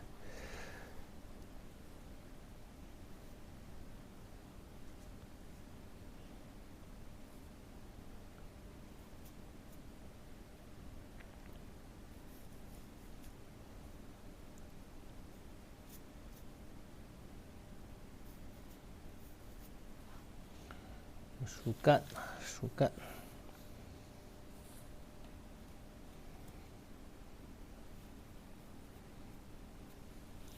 然后这边啊这边树根在这一边。我跟人家比，这是缩小一点，缩不小了，这已经最小的了，已经最小了，尺寸太大，缩不小。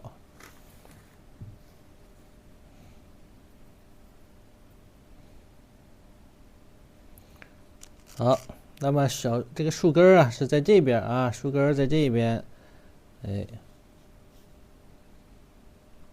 毛笔呢你就给它当刷子用啊，中锋、侧锋，通常是多是以侧锋啊，侧锋。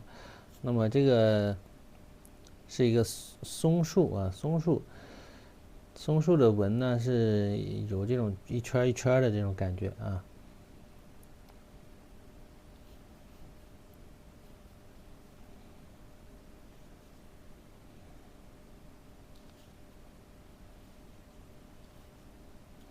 树根，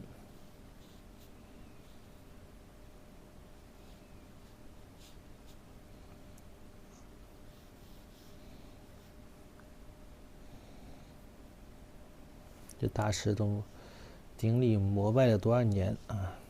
从上学的时候，哎呀，在天津上学，那天津的画家太多了。天津的这个从古到今啊，特别是近现代一些画家太多了，一些名家呀。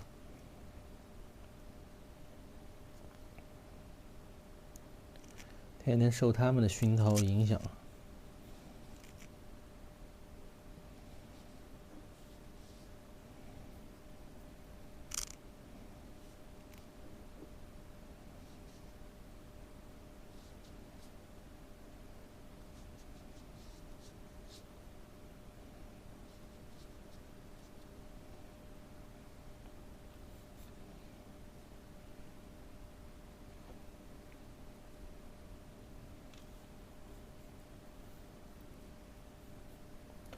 它上面是有个啥？有个飘带吗？这是画了，看不大懂。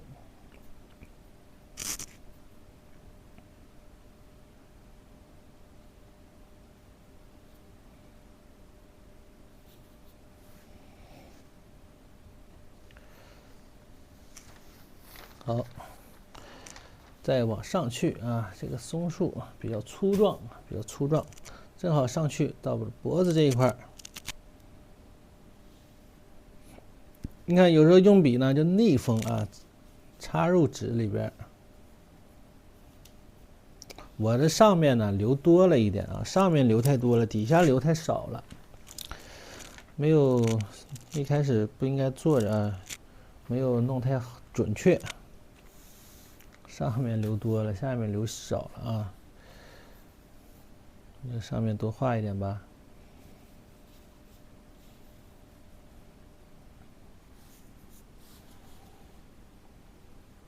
它的这种树的这种体块结构特别明显啊，体块结构啊，必须是体块的。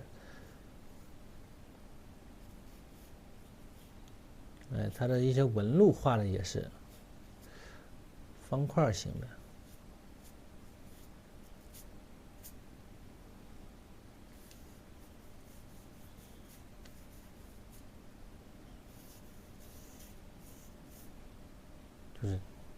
就是这样皴啊，这样皴。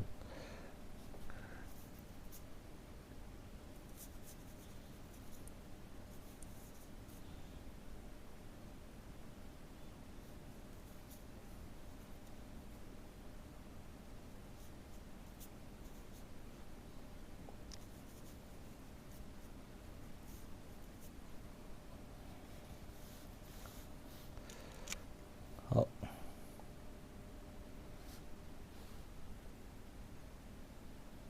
对，它脖子前方就是一个小溪啊，画的就是个流水，小溪。所以啊，它是用这个背景啊来衬的这个白色啊。我发的高清图发到这个咱们的学习群里边有，你可以看一下那个比较高清的那个原图啊。找了好久才找着这个图片。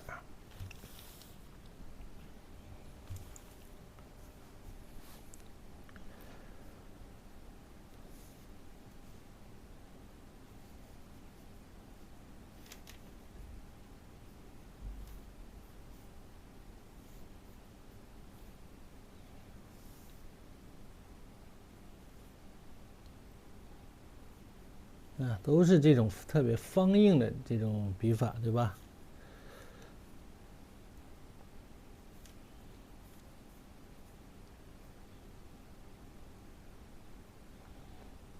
大概就是这么个感觉啊。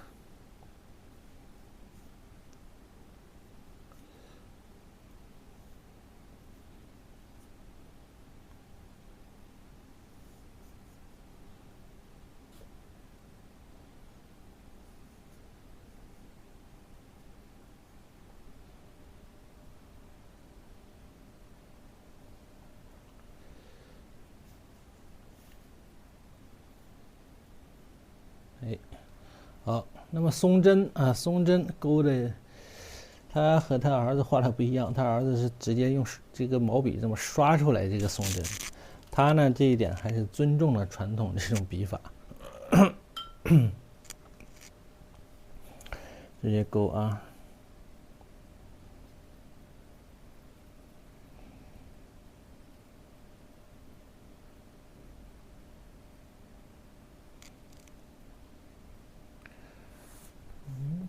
把我们在抖音上交学费的同学加到群里面。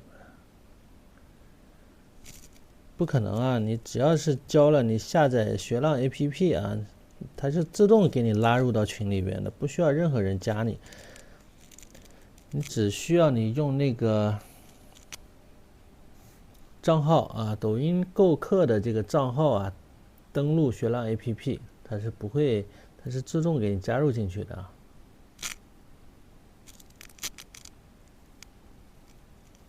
玄万。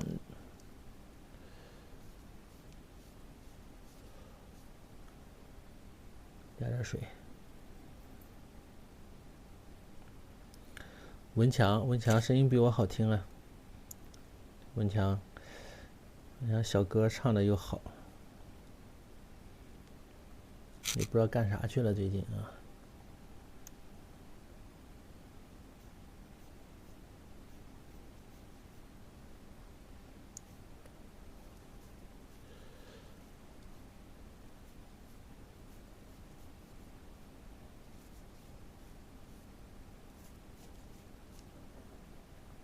文强特别像播音员的感觉，特别像80、90年代啊那种播音员的感觉，讲话。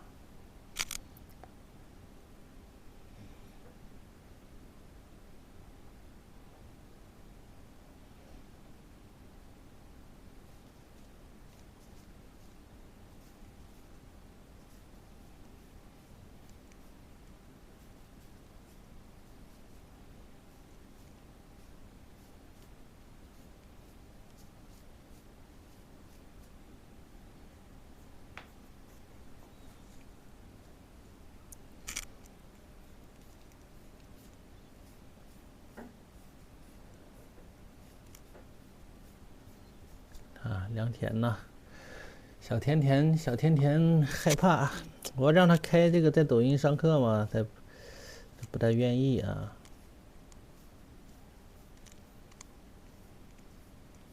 害怕养活不了他一家老小，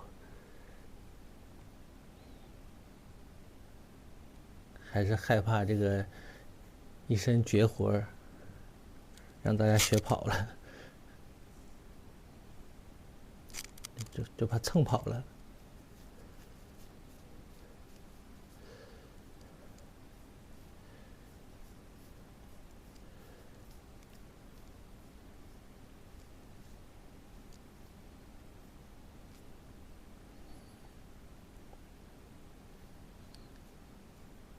注意画这个松针啊，可以来来回回的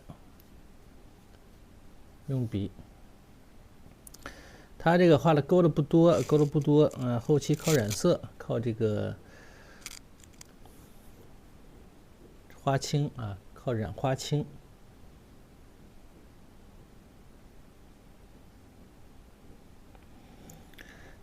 绝活变米，它也不是那么好变呢。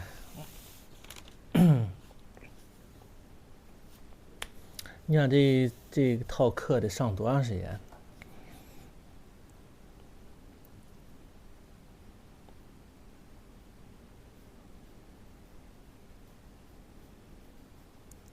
一开始大家不知道，不知道咋样啊，怕不稳当吧，所以呢选的是比较保守的。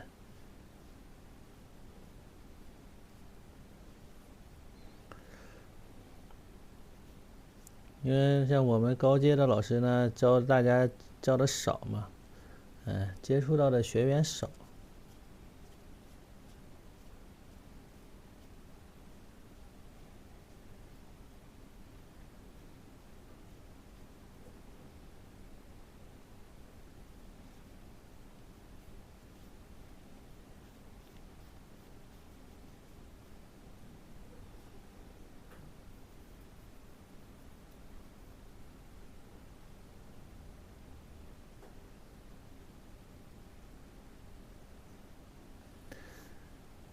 我的笔勾的细啊，我这个就是大家用的这个笔，我只是说是悬腕啊，立起，我是站着画的，现在是你知道吧？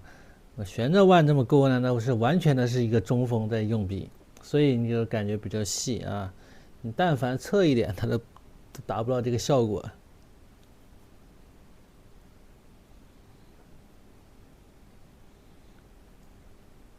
就没事站着画画，练练旋腕啊。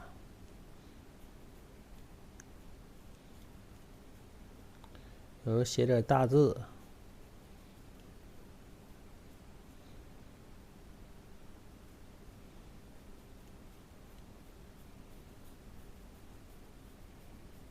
就这样，就一直这么练啊，就这么练。连笔都没关系啊，有一点连笔没有关系的。不是两个平行了，再画一组嘛，底下再画一组，错开。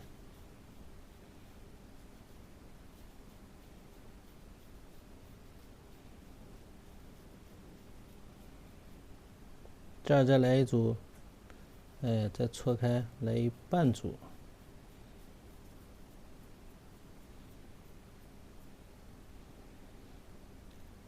就是这样啊，简单，不难。好了，那比如说想在旁边啊虚一点呢，就用淡一点的墨色，淡一点的墨啊，用淡墨再来勾一组出来，就用墨色先区分一下，比如说这后边对吧？淡一点。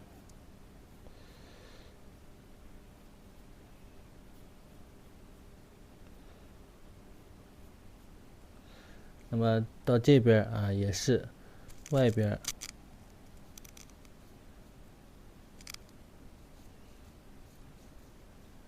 可以有长有短啊，有长有短。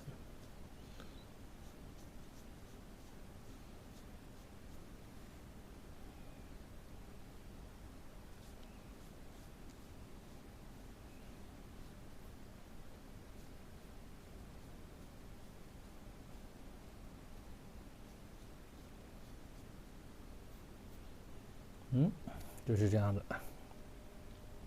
包括这个远处，想画还能画远处。好，那么这个松树干呢，就是一个赭墨的颜色啊，纯的一个赭墨的颜色，墨呢稍稍多一些啊，赭石呢稍稍，你看颜色浅了吧？所以啊，干了之后啊，还得再画啊，还得再画。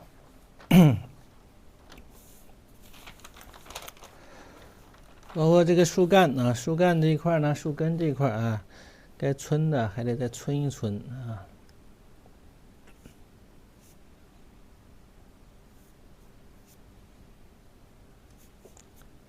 留白不要太多，留白呀不能太多啊。毛笔干一些啊，毛笔干一些，在纸上面，你看侧锋这样游走啊。那老师啊，侧锋这样游走毛笔，然后呢，游走的过程当中，你要找什么？找它的一些结构的地方，深浅的地方，要注意疏密啊，注意你游走的时候产生了这个线条的一些聚散啊、疏密关系，这个是要考虑的啊。那么可以用笔这样游走，它是比较放松的，你看。那蹭啊蹭啊，同时要想一点它的这种结构啊，这种起伏形体的，稍作注意啊。那么这是在找形啊，在找形，感觉是漫不经心的啊，其实是在找里边的内容。这样一游走完了之后，就丰富一些了。而且你看看，该留白的地方留着白啊，不是特别平均。有的同学一画平均了，什么也看不出来，明白吧？一平均什么也看不出来。对，树干用赭石加墨啊。后面的课程越来越丰富，可以把价格了提一提。行，等回头差不多咱就不准备卖了，咱就涨价啊。现在还是不行啊，现在再过一过吧。后面内容啊，就是会越来越精彩啊，越来越精彩。你看了，包括头几次课啊，稍微看过几次的同学，就应该能够看出来咱们课程的一个质量，对吧？绝对比你以前买的那几千块钱的课程质量要高很多啊。没有兑水的这个是，而且授课就我一个人教，对不对？这个授课水平始终在线啊，画画水平也始终在线，除非偶尔有时候翻车。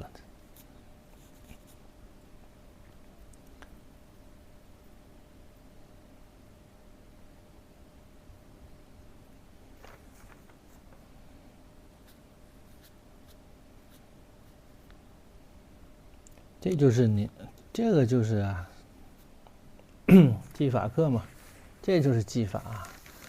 老师这就是技法。你们之前的技法课，每一节课的知识点都是我安排的，都是我写的。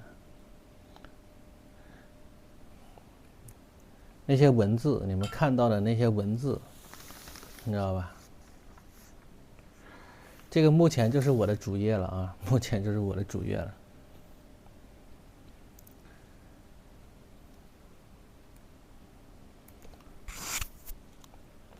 好，我们染一下颜色啊，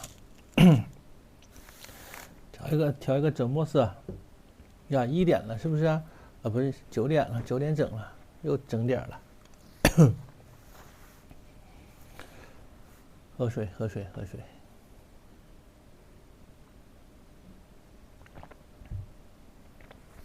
我们把这个背景染一下。背景染了之后，把这个老虎啊，再给它染一遍，再染一遍。我觉得再狠狠的染一遍，应该差不多了。那么这个松树啊，就是一个赭墨色啊，一个赭墨的颜色了。那么刘奎林画的这个松树，大多这个松柏类的树啊，这种树干大多都是一个赭墨色。松针要染色啊，松针呢勾的不多啊。以前给大家演示过这个，刘继友画松针的是怎么画的，对吧？他是类似于像刷子一样给它刷出来的啊，他的比较快，刷几笔就给它刷完了。那么刘奎林呢，这个还是比较严谨啊，比较严谨。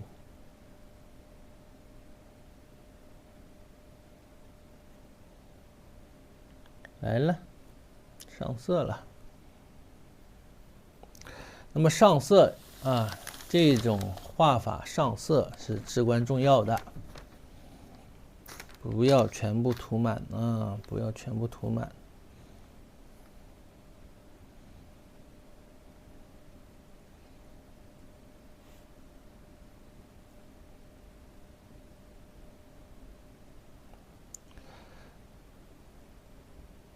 像画人物一样啊，像画人物上色的感觉，找一找那个味道。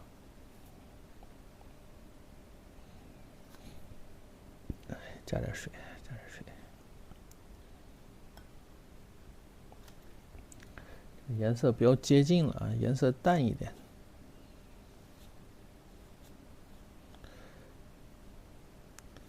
上在你看，先是啊，在这个暗面对吧？哎，底下。底下根部同样也是暗面啊。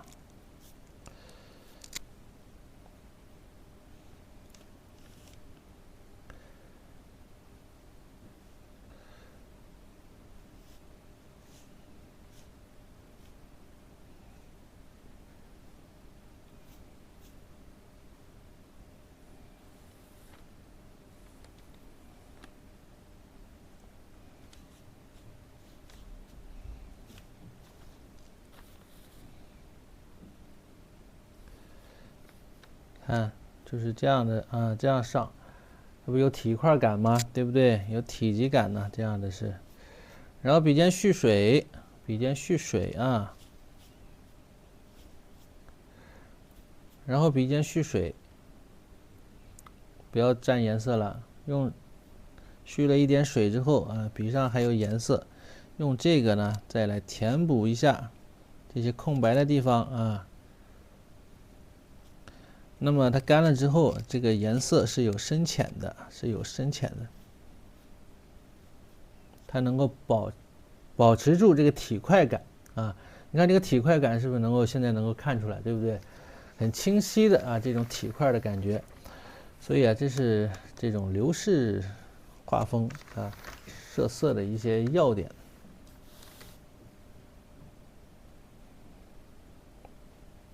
同样暗部也是啊，暗部也是。当然不要给涂死了，对吧？有些地方啊，该留的还是要留啊。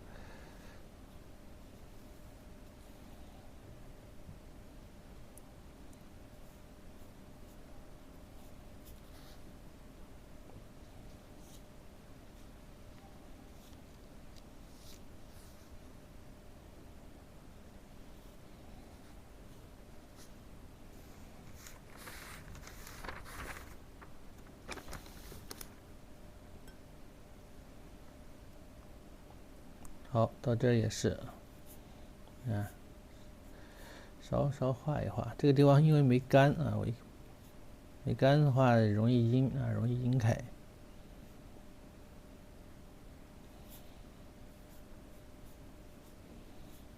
就沿着刚才皴擦过的地方，哎，再来皴擦一遍，再用颜色这么皴擦一遍，哎，就这样皴擦一遍，走一遍啊。这才能这样呢，能够画出这种体块的感觉啊。再往上走，哎，上面呢处理的简单一点呢，上面就比较简单一些。好了，在笔尖蘸点水啊，笔尖蘸点水，那么融合一下，对吧？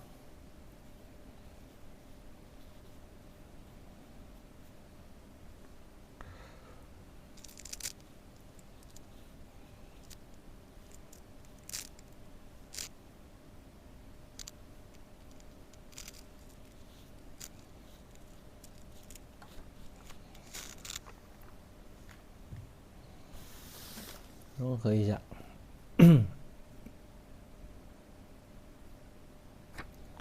重的地方可以继续啊，用颜色，继续用颜色加重，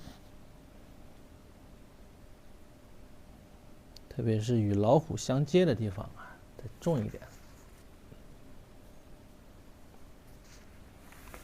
好，那么这个松针呢就是花青啊，花青色啊。花青色了，那么我们就调花青啊。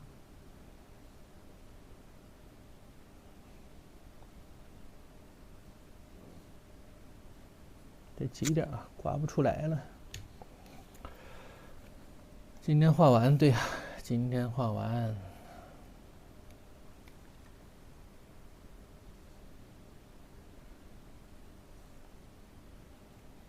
呀，沉默，这个沉默是沉默老师的沉默还是哪个沉默？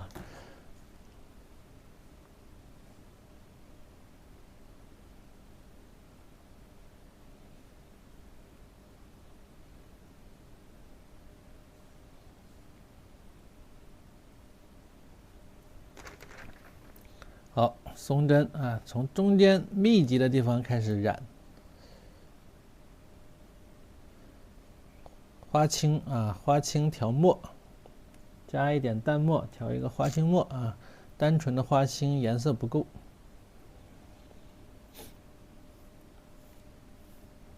大刷子一刷，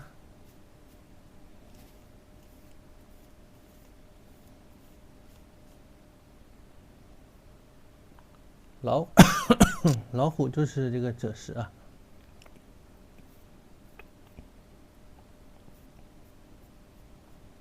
那刘继友呢，是直接就是像这样的，那刷子刷，一开始他就不勾松针啊，他就刷松针，刷出来的这个。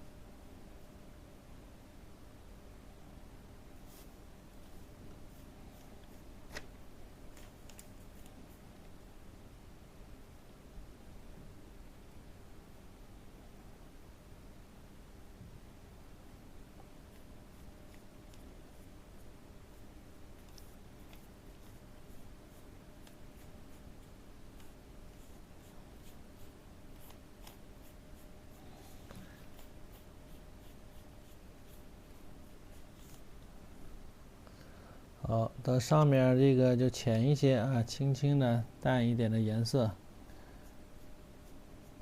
侧锋，按照这个勾的方式，再给它勾一遍。这种颜色相当于是，就不要太满了啊，特别是到了边缘的地方啊，要留有空白，那么它才能够有这种虚实疏密啊，就比较清晰。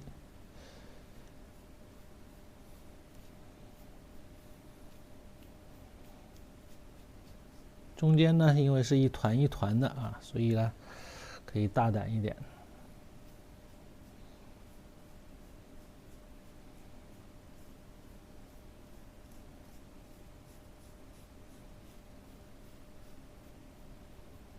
啊，那么这样，哎，它就有了深浅啊，有了虚实，疏密关系也能体现出来。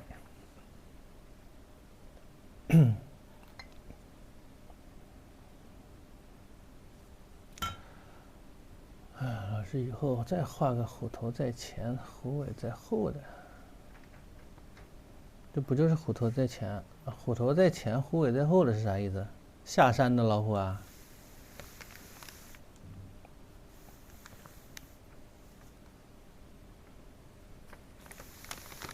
好，老虎继续染色啊，继续染色，把鼻子染出来啊，把鼻子染一染，跟上啊。鼻子呢用到了这个鼻子舌头啊，鼻子舌头用朱砂，浅浅的朱砂呀。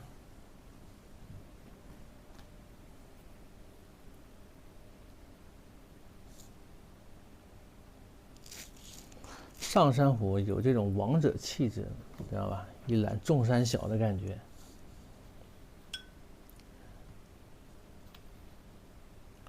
有一种还有谁的这种感觉啊，往那一站，还有谁？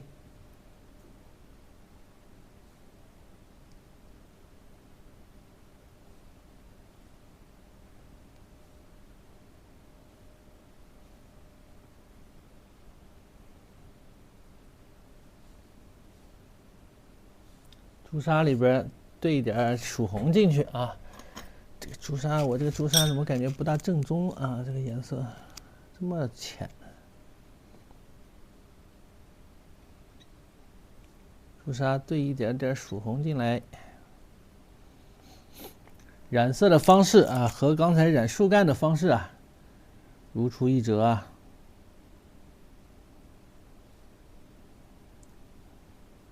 哎，这有点太重了啊，稍稍的。哎，把结构先染出来，看到没有？哎，染结构，调点水，再浅一些的颜色啊，浅一点的颜色。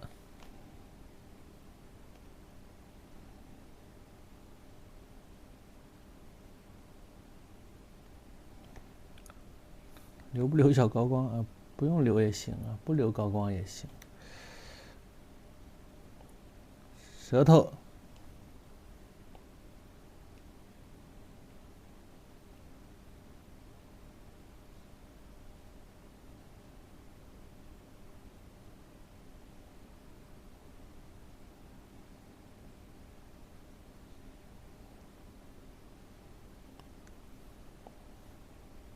留一点点小高光啊，哎，牙龈啊，牙床啊，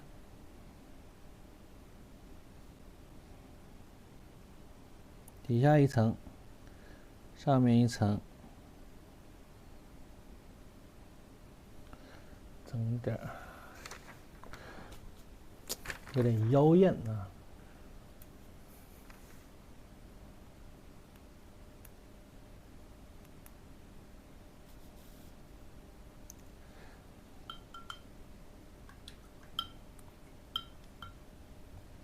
我这个朱砂怎么跟朱标似的呢？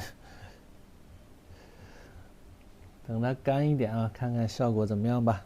好了，回来继续啊，继续赭石，上赭石，再来个碟子吧，再调一遍颜色，刚才颜色用脏了。加点3绿就成皮肤色了啊。它这个就是你比如就像我们的嘴唇一样，你不可能给它加个3绿啊。它干了之后就会好一些啊，干了之后就会好一些。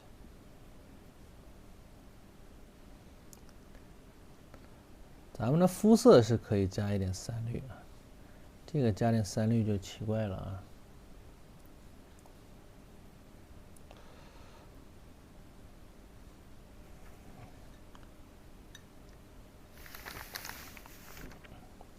再准备一支笔，等一会儿吧。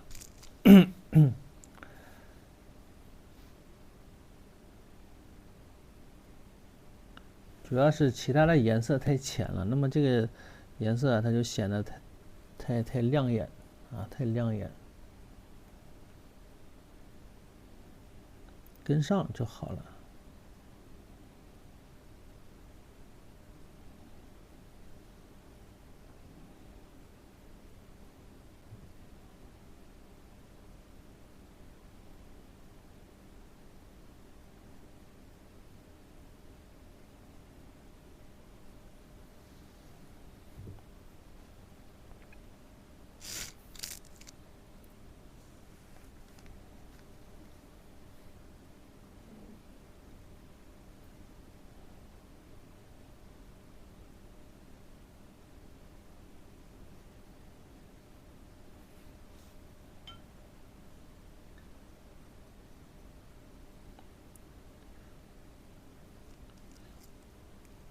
其实这个里边的颜色你可以调一点墨进来啊，弄一个赭墨色，更接近一些啊。因为头部的这些呢还比较重啊，颜色还比较重。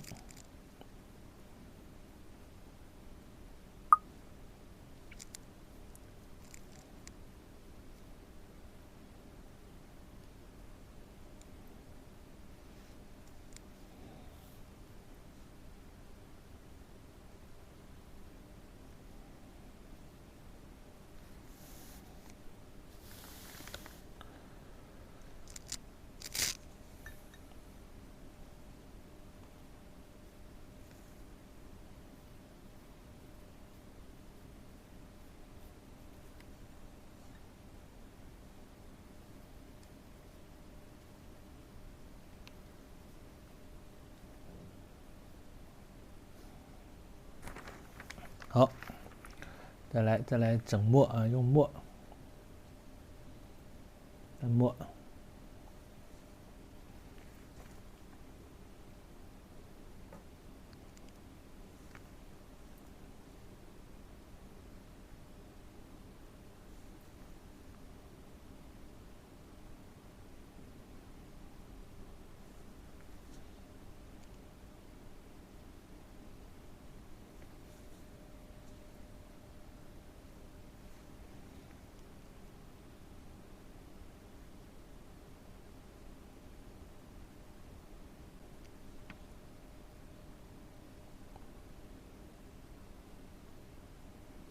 特别是鼻梁这一块啊，要重一点，重一点。然后呢，眼睛这一块啊，重一些。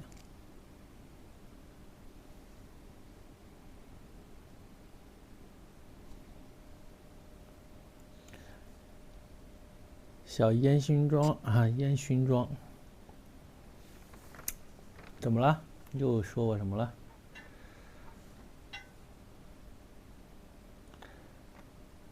你们又问什么问题了？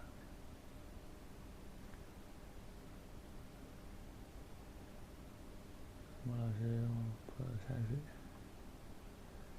对，刚才没大看啊，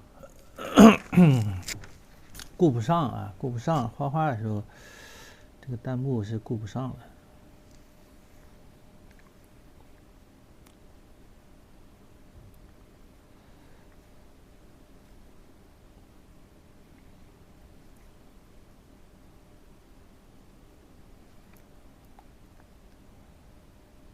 小老虎，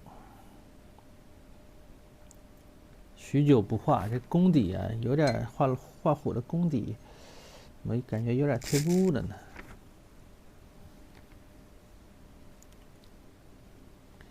那阵画这个上课，哎呦，一期接一期的，我都快画吐了。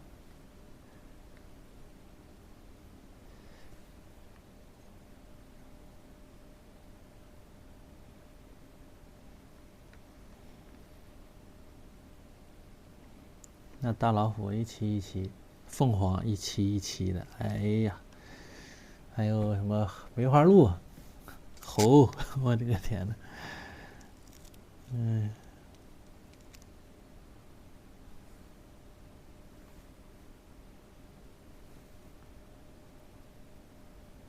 你们都没捞着上是吧？在这儿上啊，在这儿上，回头再把梅花鹿安排一下啊。老师把梅花鹿那一节课安排一下。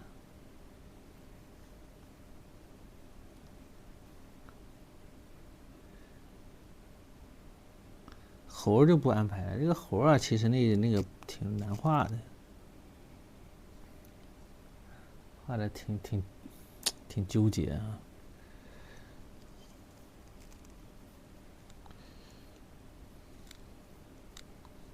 面部的啊，这些现在到了最后阶段了，该大胆的就大胆一点。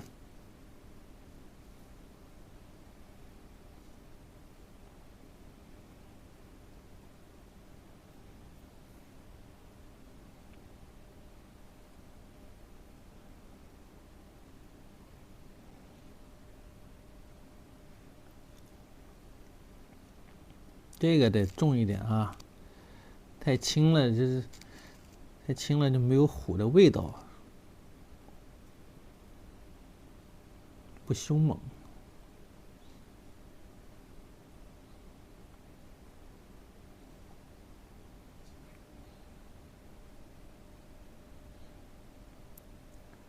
包括嘴巴下边，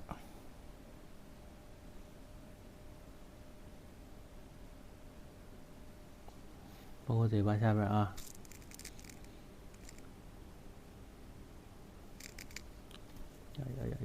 呀！不要让它阴了。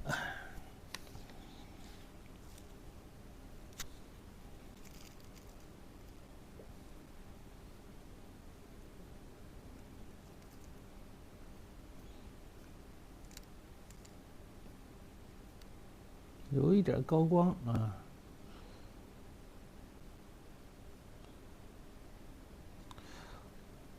虎口，眼睛啊，眼睛，这个眼角啊，其实这一块是比较重的。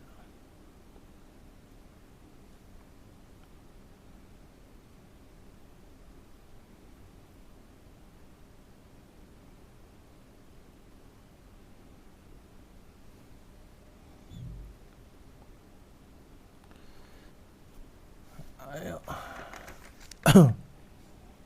好，再来给它渲染一下啊，毛笔干一点。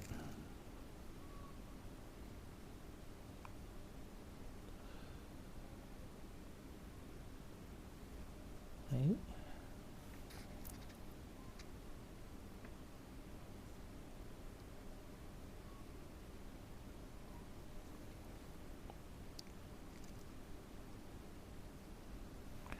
最后整点小妆啊，整点小妆。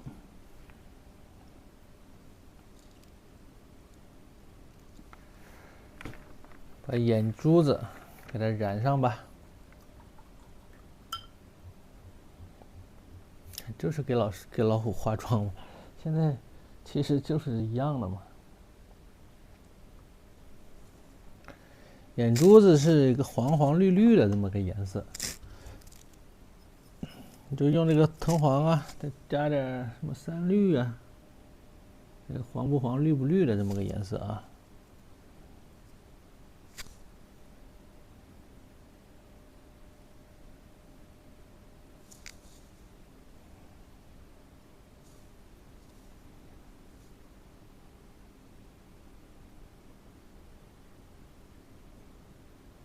这应该这个老虎啊还比较温柔啊，看着挺温柔的。刘基友画的老虎就比较凶一些，这个刘奎林画的这老虎啊就显得温柔一点，温柔多了。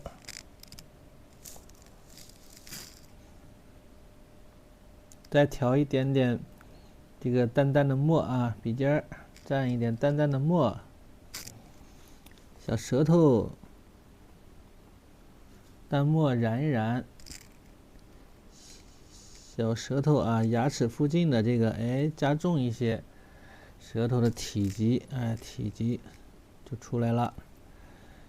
小牙齿、牙床，这个牙龈旁边啊，提一提。最后收拾阶段了啊，现在已经进入了。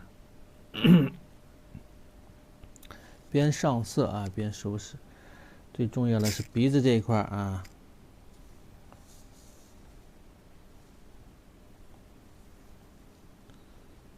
底下的这个阴影啊，加重一点啊，看到没有？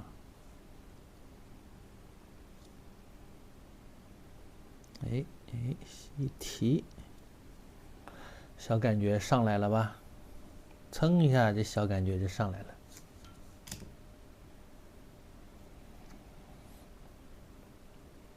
又说我什么了？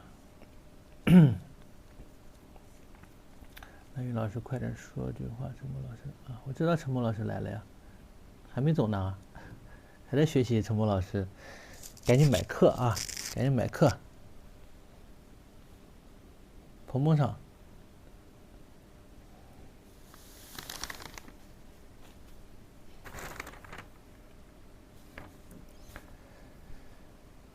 这样就感觉这个就好多了，对吧？就没有那么的突兀啊，没有那么突兀奇怪。有胡子啊，当然有胡子了，胡子现在还没勾呢，等会儿再勾啊。当然得有胡子啊，没胡子那老虎还能是老虎啊？好，按照这个程序，快速的啊，大刀阔斧的把这个身上，把身上啊这个画出来啊。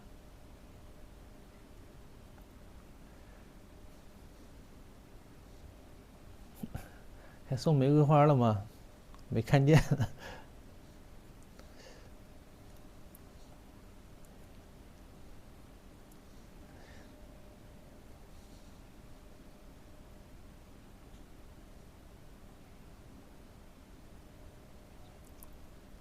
调点赭石，赭石里边还得加一点墨啊，加一点淡墨。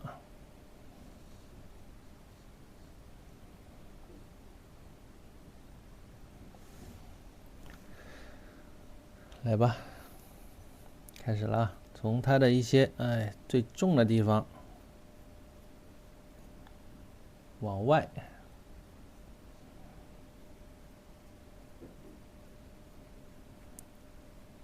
留有一定的这种水线啊，留有一定的这个空隙。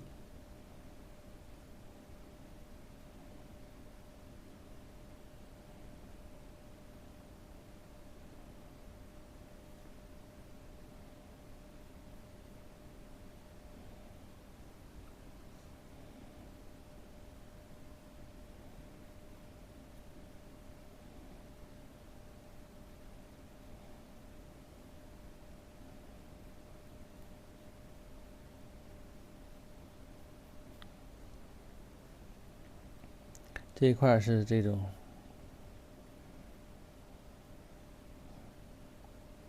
让它有蓬松感啊，所以留一点白啊。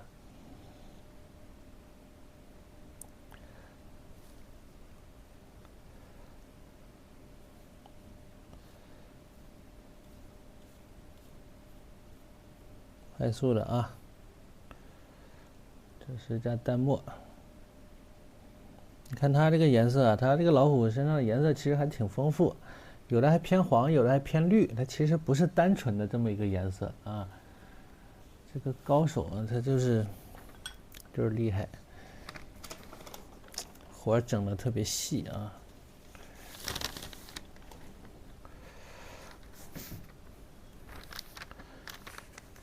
特别的把这种西化的这种环境色啊，我应该是称为环境色，或者是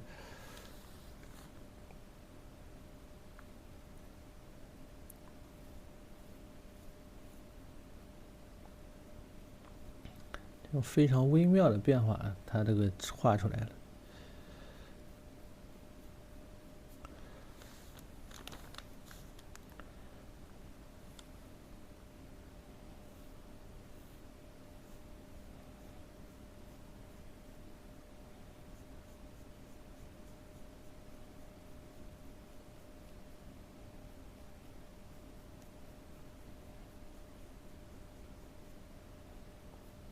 画下来要半天功夫，很正常啊。这个要想画好，花半天时间太正常了啊。我要想画好，我其实也得花半天功夫，想画的再细致一点啊。半天都说少了。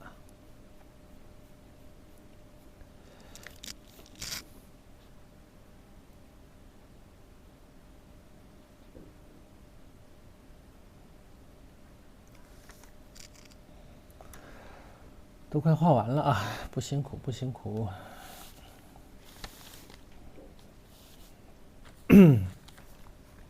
今天状态还可以啊，昨天状态不大好。把这个腿型给它强调一下，看这一块啊，给它强调强调，对吧？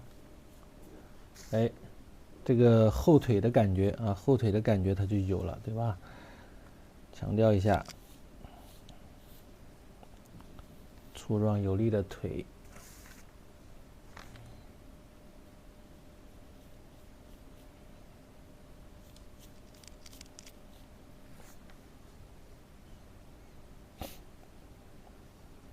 这腿部肌肉应该去踢足球啊。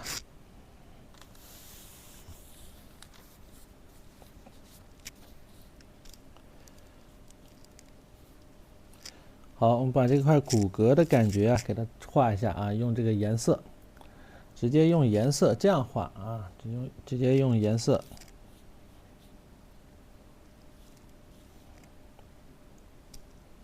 到这儿啊，脚踝这块的颜色啊重一点。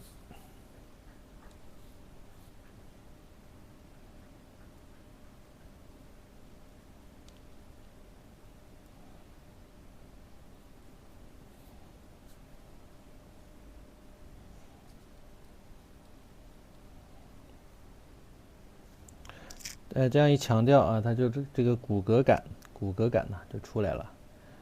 再加一点点啊，加一点点墨，淡墨。这是加淡墨的这个，强调一下啊，强化一下这一块，你看，强化一下。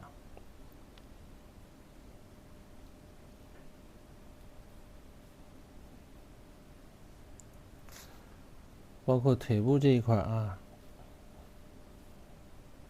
大腿这一块也强化一下。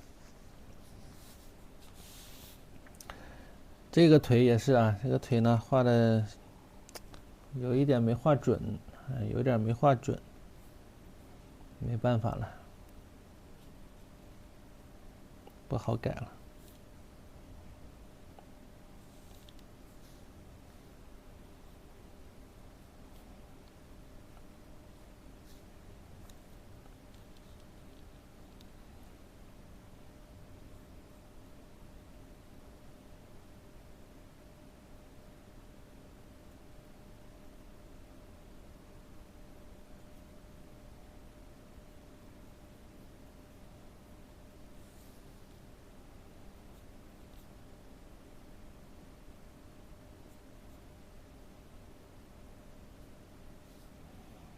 它有个就是这样的一个小感觉。那么背部有些重的地方啊，趁着现在你用刚才的画树干的这个颜色啊，画树干的这个褶墨，比较重的褶墨，比较重的一个褶墨啊，我们继续给它加强一下。比如脊椎的地方是不是要加强？脊椎的地方啊要加强啊，对吧？脊椎啊要加强一点，一直到哪？到尾巴，一直到尾巴加强一点。那么形体结构的地方要不要加强？就是这样的地方啊，这是个形体结构。扫一下，用这个折墨色，上面这块加强一点，不要太飘逸啊，不然的话跟那个树干呢整一块去了，容易。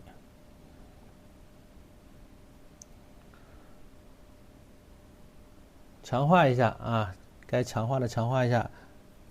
小背部啊这一块呢，也给它强化一下啊，趁着没干。小脖子这一块啊，加强一点点。继续，趁湿。那么这个形体是不是再加强一点？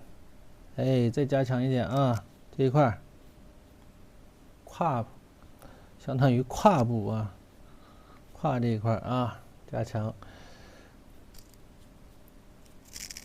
那上色重不重要吧？腿，这个腿的外侧。外圈肌肉，腿部肌肉啊，这都是腿部肌肉的地方。强调一下啊，到小腿啊，到脚掌啊这一块，强调一下。现在这个颜色看着就比较和谐了，对吧？现在这个颜色非常的和谐了啊，像一只猛虎了。上色就是这样一步一步的啊。猛虎上山啊，隐居山林了。现在是兔子的天下，回家歇着了。喝口小水啊。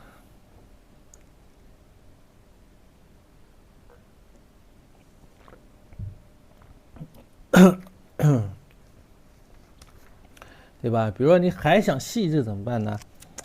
小毛笔继续啊，衬墨啊，湿地丝毛嘛。之前给大家整的这个名称啊，叫湿地丝毛啊，是不是？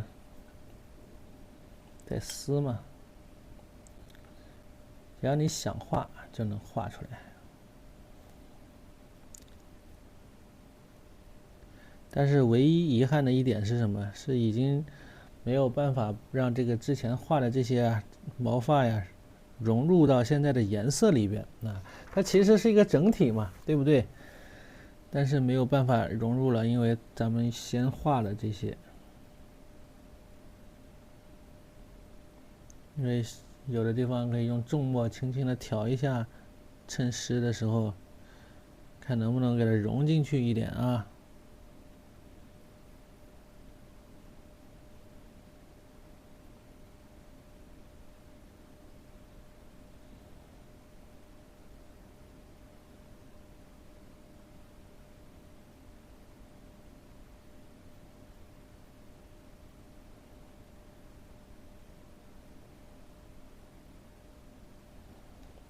脊椎稍稍强化一下。好，那么尾巴啊，尾巴之前画的比较草率，把尾巴加一加啊，尾巴的这个，哎呦，别给整破了。尾巴的这个毛发加强一下，这个黑色的啊，之前整的比较草率啊，只是为了起一个大概的形，对吧？就整的比较，现在你可以稍稍用重一点的墨色。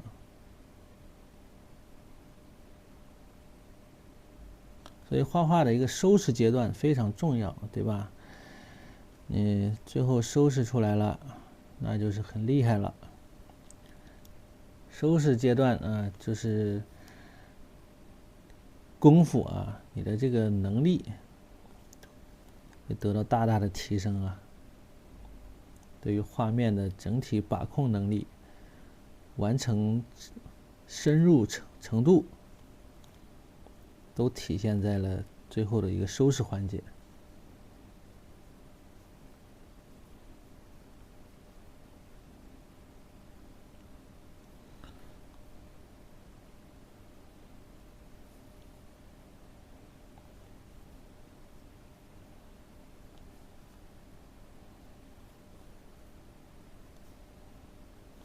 对，大胆落笔，小心收拾啊。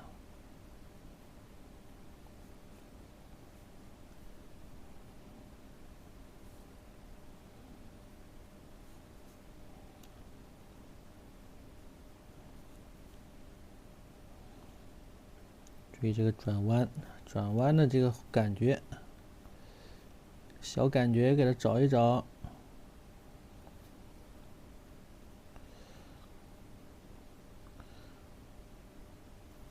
转过去啊，转着圈拧巴的这个小感觉找一找啊，到了最后了，湿一湿啊，润一润，有点光泽。哎，小老虎，小尾巴。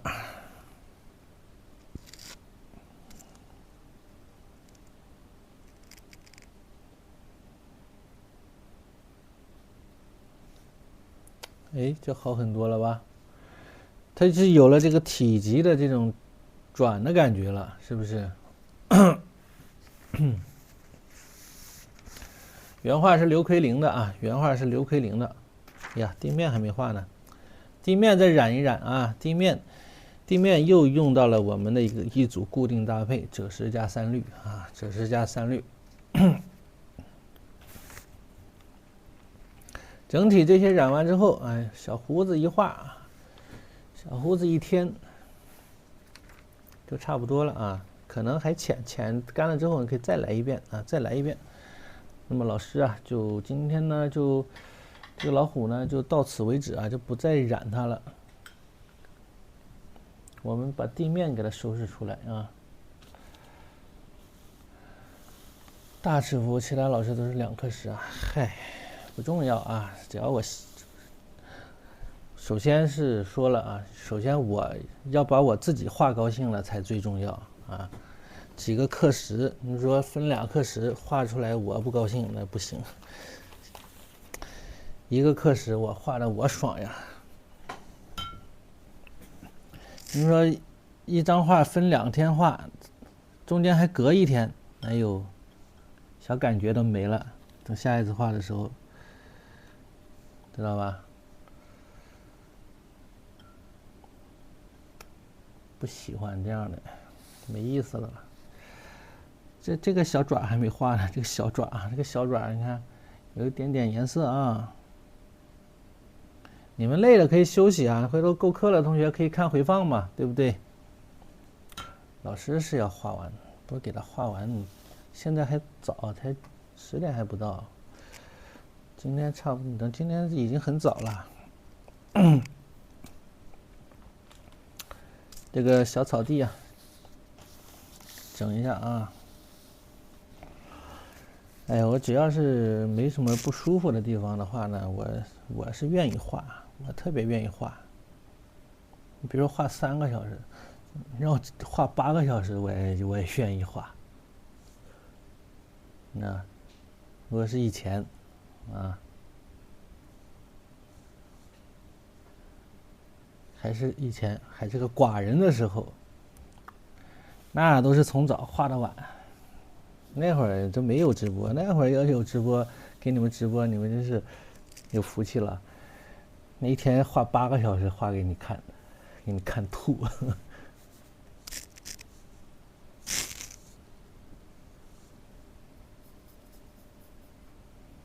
现在不行，一个是岁数也大了。哎，这个地方有个小草坡啊，有个小草坡。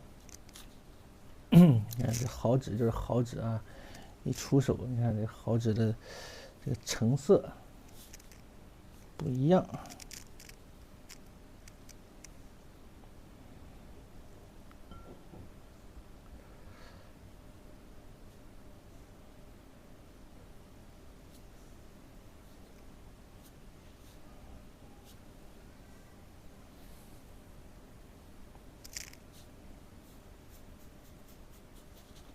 哎，稍稍皴擦一下，看小土坡的感觉就有了，对不对？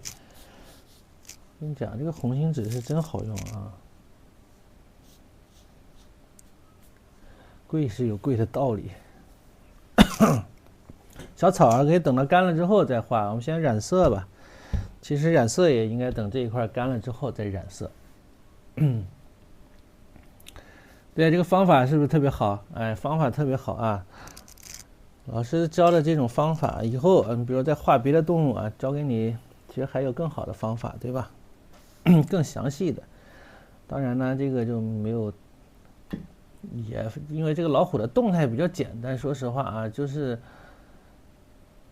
它虽然啊，如果是创作这么一个动态，那是有难度的啊。咱们临摹这么一个动态，还是比较简单的啊。两个腿儿，你看，好歹前面两个腿儿没有，对不对？看不到，所以省了很多东西。要是一个侧面正侧面，那画起来时间会长一些，你东西多呀。三绿条赭石啊，三绿条赭石，浅浅的赭石，浅浅的三绿。我的120节课，就像这样的动画有个20节吧，小写意的，像上一节课那样的锦鸡啊，就花鸟啊，就是纯正的花鸟啊，就不是动物画，有个50节，然后墨骨有个50节啊，墨骨花鸟，那墨骨也是我的一个绝活啊，都是拿手好戏，反正买了不会吃亏的啊。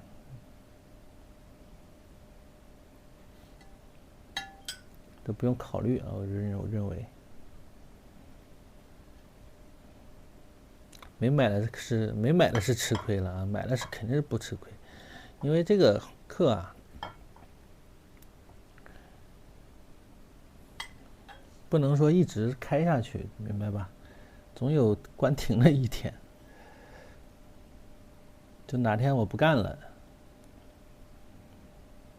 不直播了，你就只能看回放，对不对？你就蹭不到课了啊。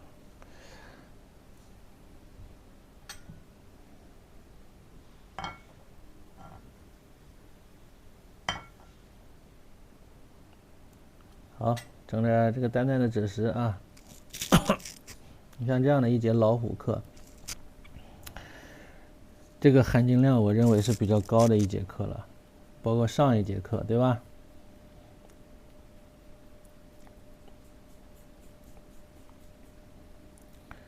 这比画个什么鸟啊、花呀，这难度就大多了，大了不是一星半点啊。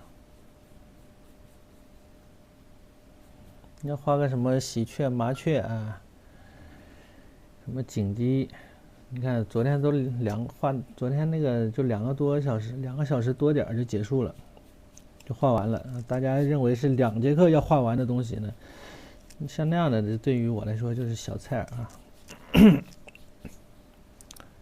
就拿来就画，像这样的主要是要给大家讲清楚啊，起个形就比较耽误时间，是吧？还有染色啊，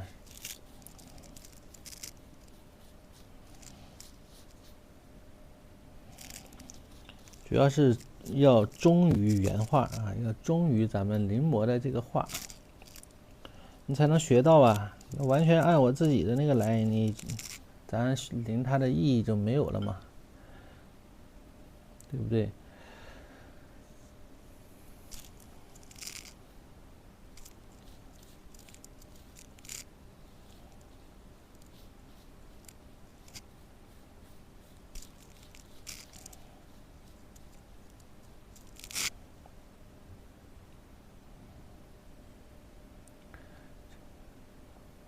所以一开始我弄这个课，其实也是让大家给我催的啊，天天催，天天催。本来想正好休息几个月，对吧？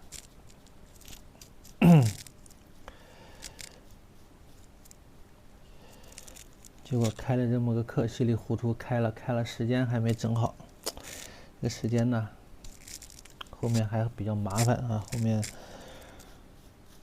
如果是按照1周这么个播法，都播不完啊。他播不完的话，还会有处罚，以后可能还得加课啊。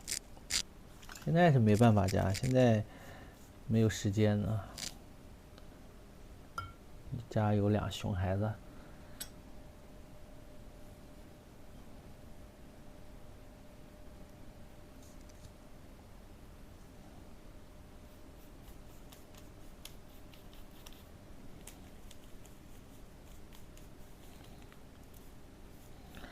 我真是把我的这些绝活都是贱卖了啊，真是贱卖了。所以我特别一开始我是不喜欢，不对这种方式我是不认可的。哪能这么去干呢？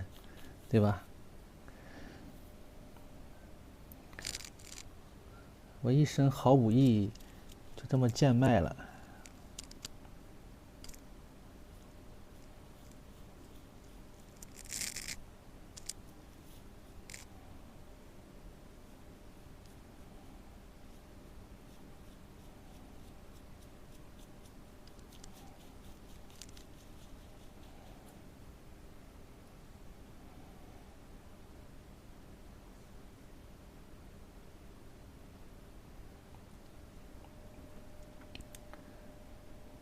哪能想啥时候画都行？不行啊！我这个现在不特殊时期吗？小孩都在家里边。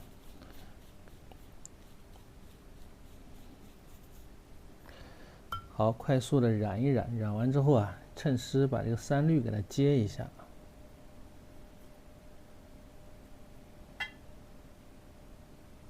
传播国学不是贱卖啊。从这个层面上讲那是对的，但是传播也没有这么倾囊相授的传播啊。你这大师多了去了，对不对？传统国画大师很多，哪有这么倾囊相授的？太卷了。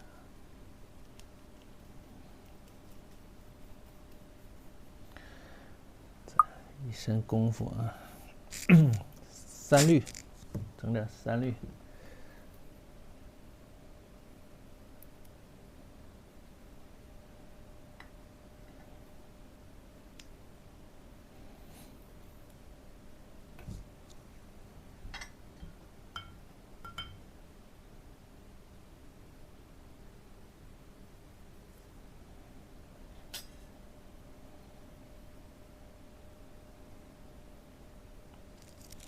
好，到最后看看现在是用这个3绿啊，先是赭石打底啊，再用3绿啊，趁湿的时候给它画上去。那么就是你中有我，我中有你，对吧？这个颜色它不是孤立的啊。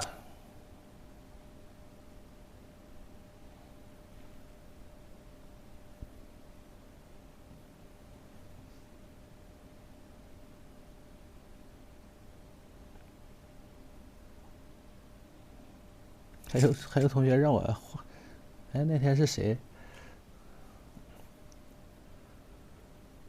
是谁让我教点人物画？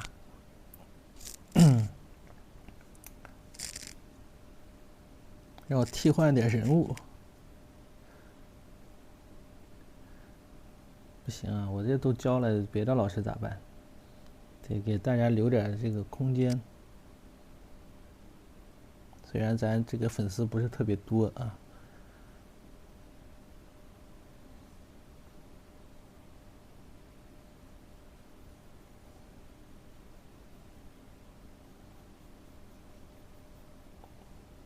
其实我是挺喜欢画人物画的。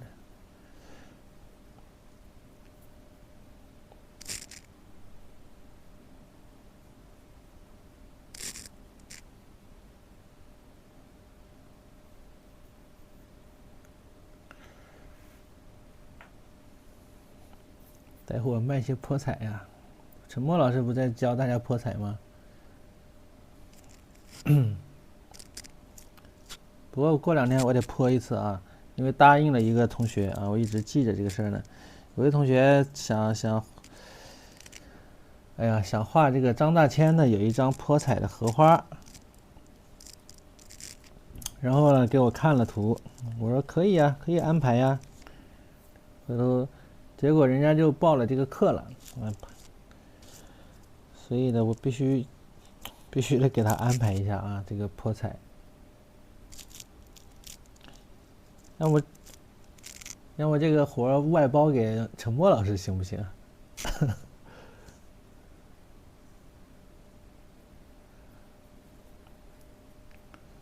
应该把这活外包给陈默老师，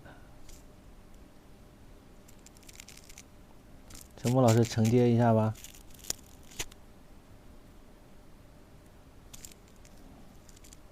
走了吗？你说安排活就走了？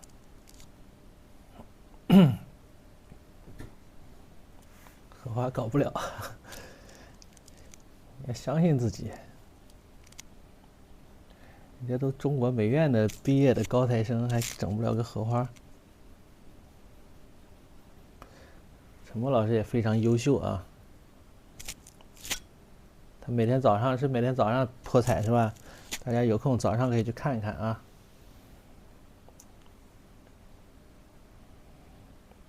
哎，干了之后啊，这个白色的部分呢，可以染一点，白色部分可以染一点太白啊。干了之后啊，陈默老师是9点泼彩是吧？早上9点。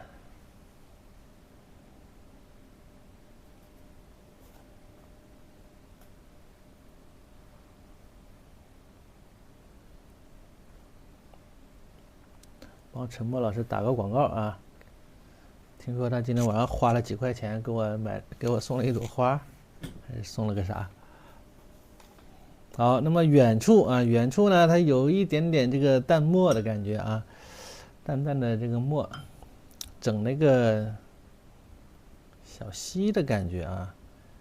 你可以，我们也来一点吧，你也不要用纯墨了啊，加一点花青，我认为比较保险。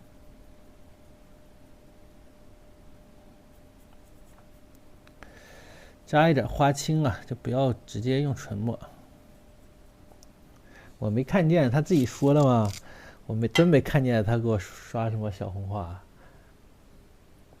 我就一开始，所以你们不用给我刷礼物啊，你给我刷礼物我都看不见。我就是一开始刚上课前，哎，你要给我刷，我还能看到我还念叨一下，对不对？进入状态之后我就看不到了。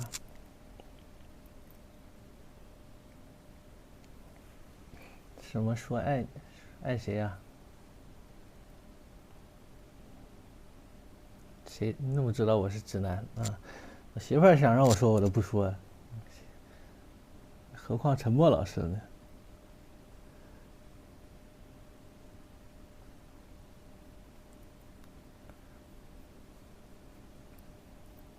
你看，淡淡的花青啊，加一点点淡墨啊。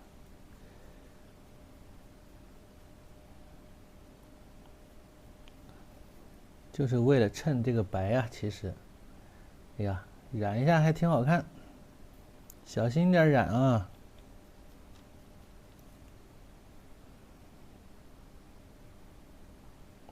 还陈默老师，我的天哪，没必要吧？有点恶心这个事情。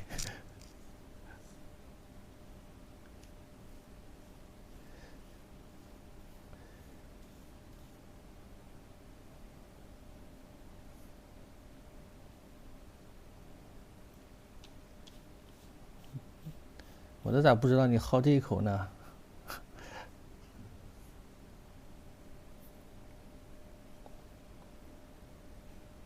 这2月不见，性情大变呢。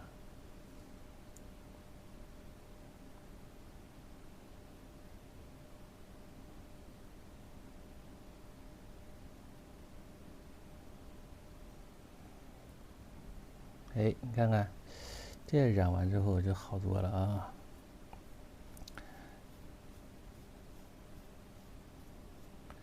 可以一直看，可以一直看啊，永久的嘛，都说了永久的啊，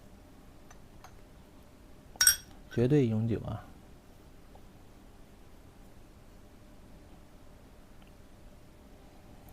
我们稍稍往上染一点点啊，就停止了。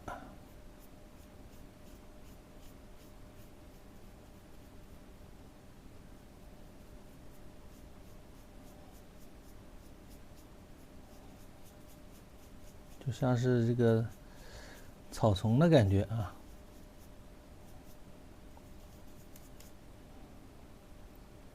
哎呀，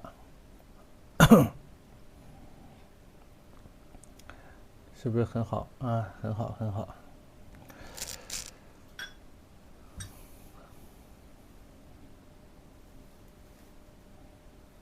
好，那么上面还可以点一点点，点一些小点呢，这个小草的点啊。今天买课送一张老师的画吗？不可能的。我卖我都不卖，你别说送了，对不对？除非你给我一个什么正当理由，让我不得不送。多少同学要买，我都没卖啊。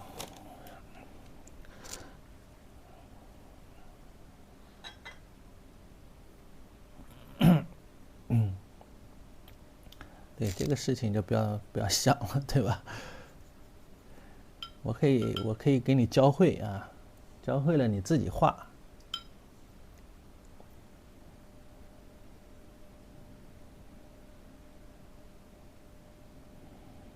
不想卖呀，没啥别的原因啊，就是不大想卖。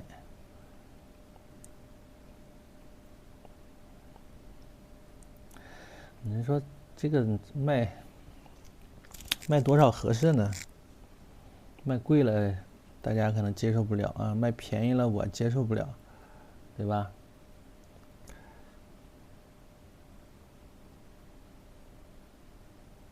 那课卖便宜一点就算了，这画也再贱卖也不大合适啊。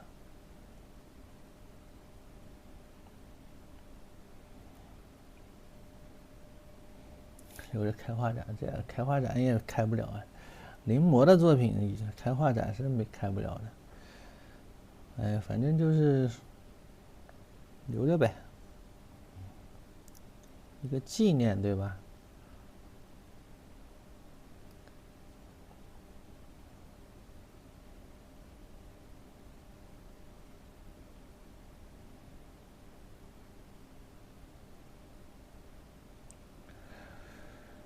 反正想卖的时候再挂了小黄车卖一点也行。之前画了上课画那个老虎，我记得有一次，有位同学我忘了是谁了啊。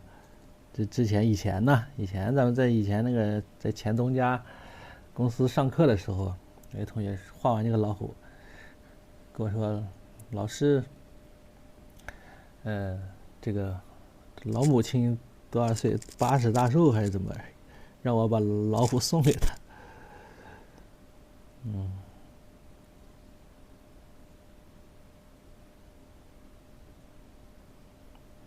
还有那3只老虎的啊，以前你们那个学馆的有一个北京这边学馆的一个老师，一个主管，让他给相中了啊，一直找我要，我也没给他。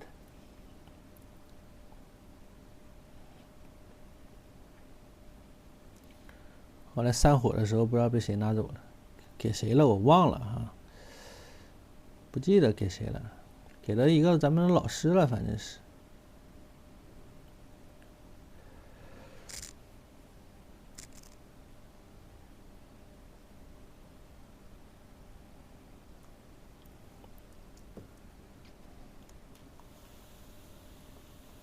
好，那么这个基本上啊，把这一点呢，基本上就结束了。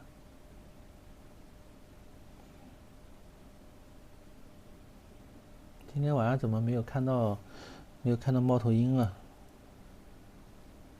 峨眉俏妮也没见着啊。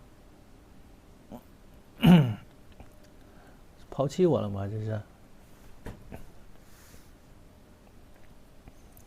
好，历时3个小时啊，咱们这只小老虎画完了，还有胡须，对，还有胡须啊，就几乎画完了啊，告别了2022虎年，用这一张老虎。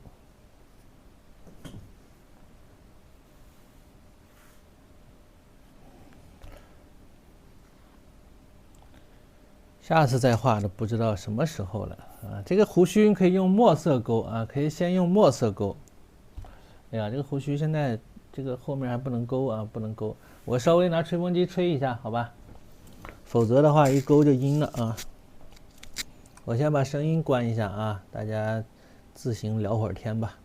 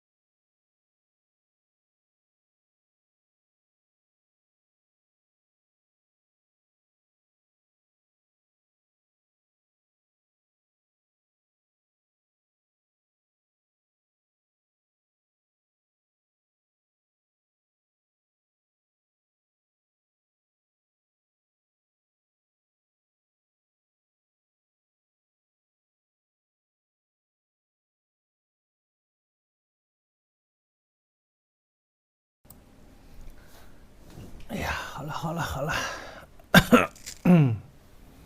勾一下啊。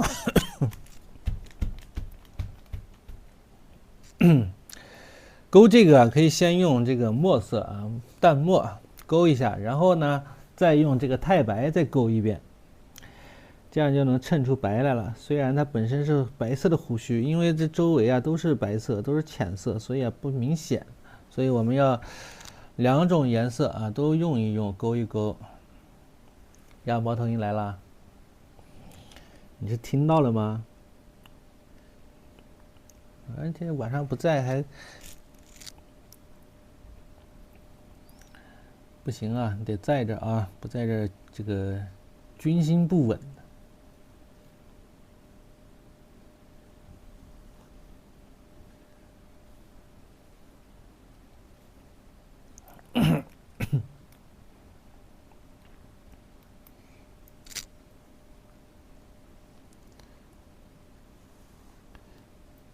先用墨色勾一遍啊，注意交叉。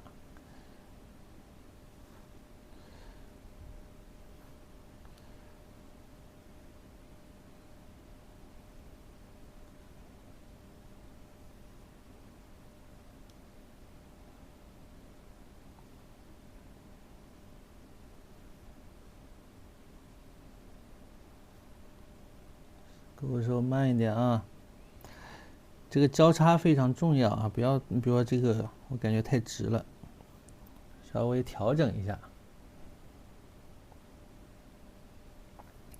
这边啊，这边也是。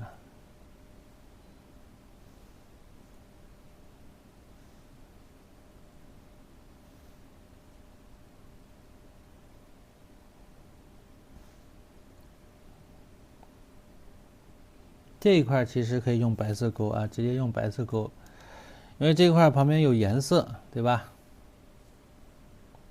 咋的了？突然画只猫头鹰。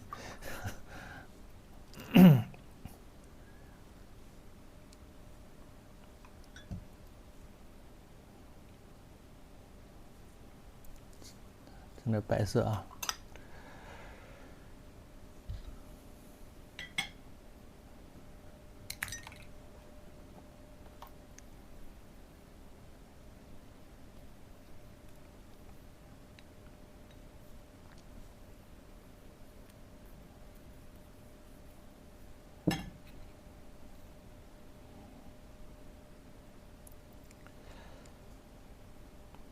再调一点白，要厚一点啊，干一点，就是毛笔啊，干一点啊，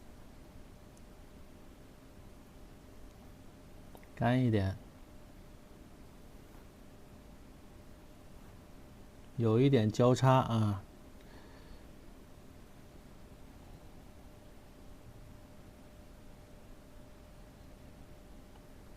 白色部分，呀，画粗了。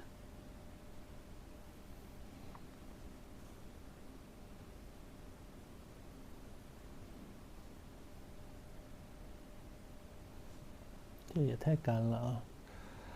稍稍沾点水。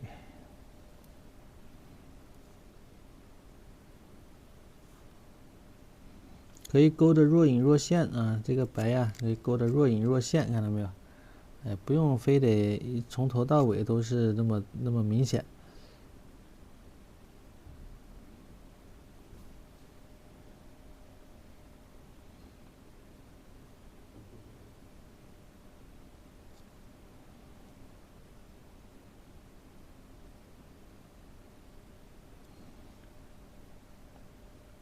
你看，衬了一点这个墨之后啊，这个胡须比较有厚度，看到没有？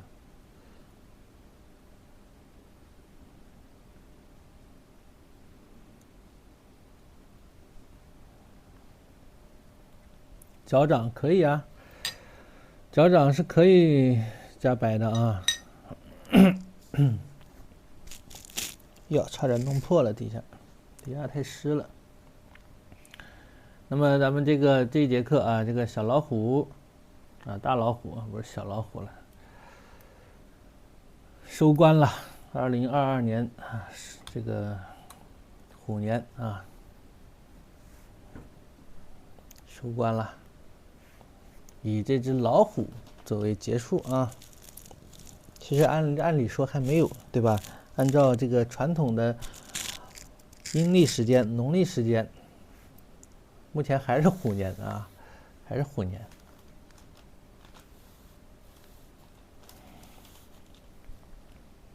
好啊，祝大家新年快乐啊！新年快乐啊！新年快乐啊！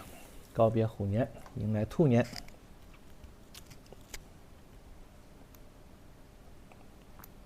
好的，谢谢大家啊，谢谢大家。